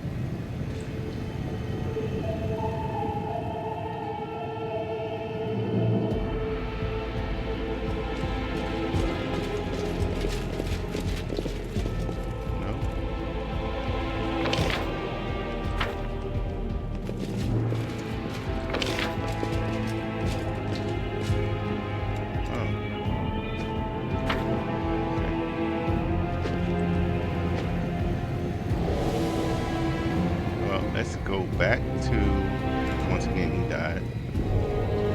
We just don't have the best equipment on him.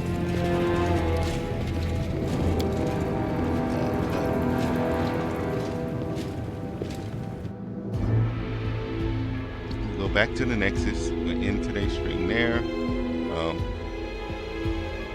Go back to Nexus, let them rest in the stream, and then next time we'll look at continuing his portion. Woljif seems to be done now. But we actually like Woljif in the party. Because I don't think I'm switching him out.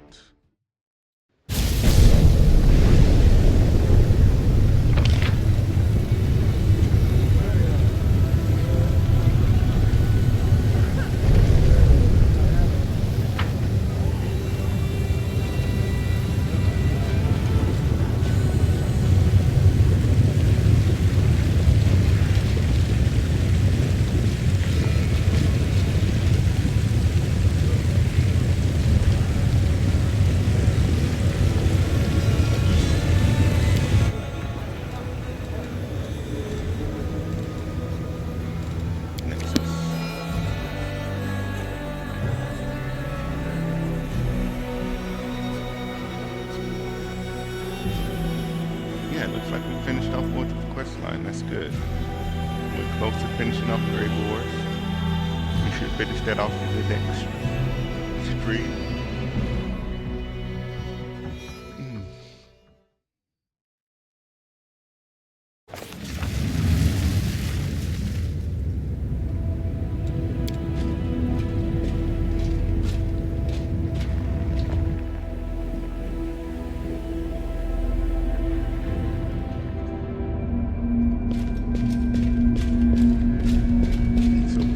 Ember's quest line.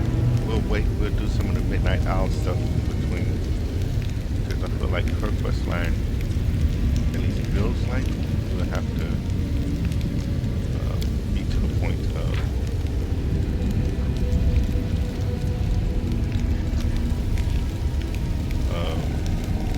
finishing up this chapter. I mean, getting her the chance to talk to Nocticula. Nocticula's like the big boss of this area. Seems like so. We need to get more highest throw kit.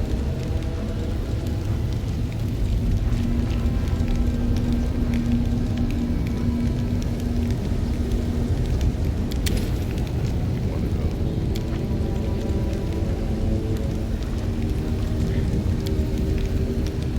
Keep 'em peeled, Paladin. Round and round we go. Where it stops, nobody knows. No trick, no magic, just nimble fingers. Watch closely now. We don't want no hard feelings later. 1, 2, one more time, and hey, presto! Well, which cup is the pea under? Seriously? Out of everybody in the party, you picked me? I learned the cups and balls trick before I could talk, you little punk. Now sit down and let Sister Seela show you how it's done. At least they're having a good time. Oh. Anything? Should have got something for the alchemy.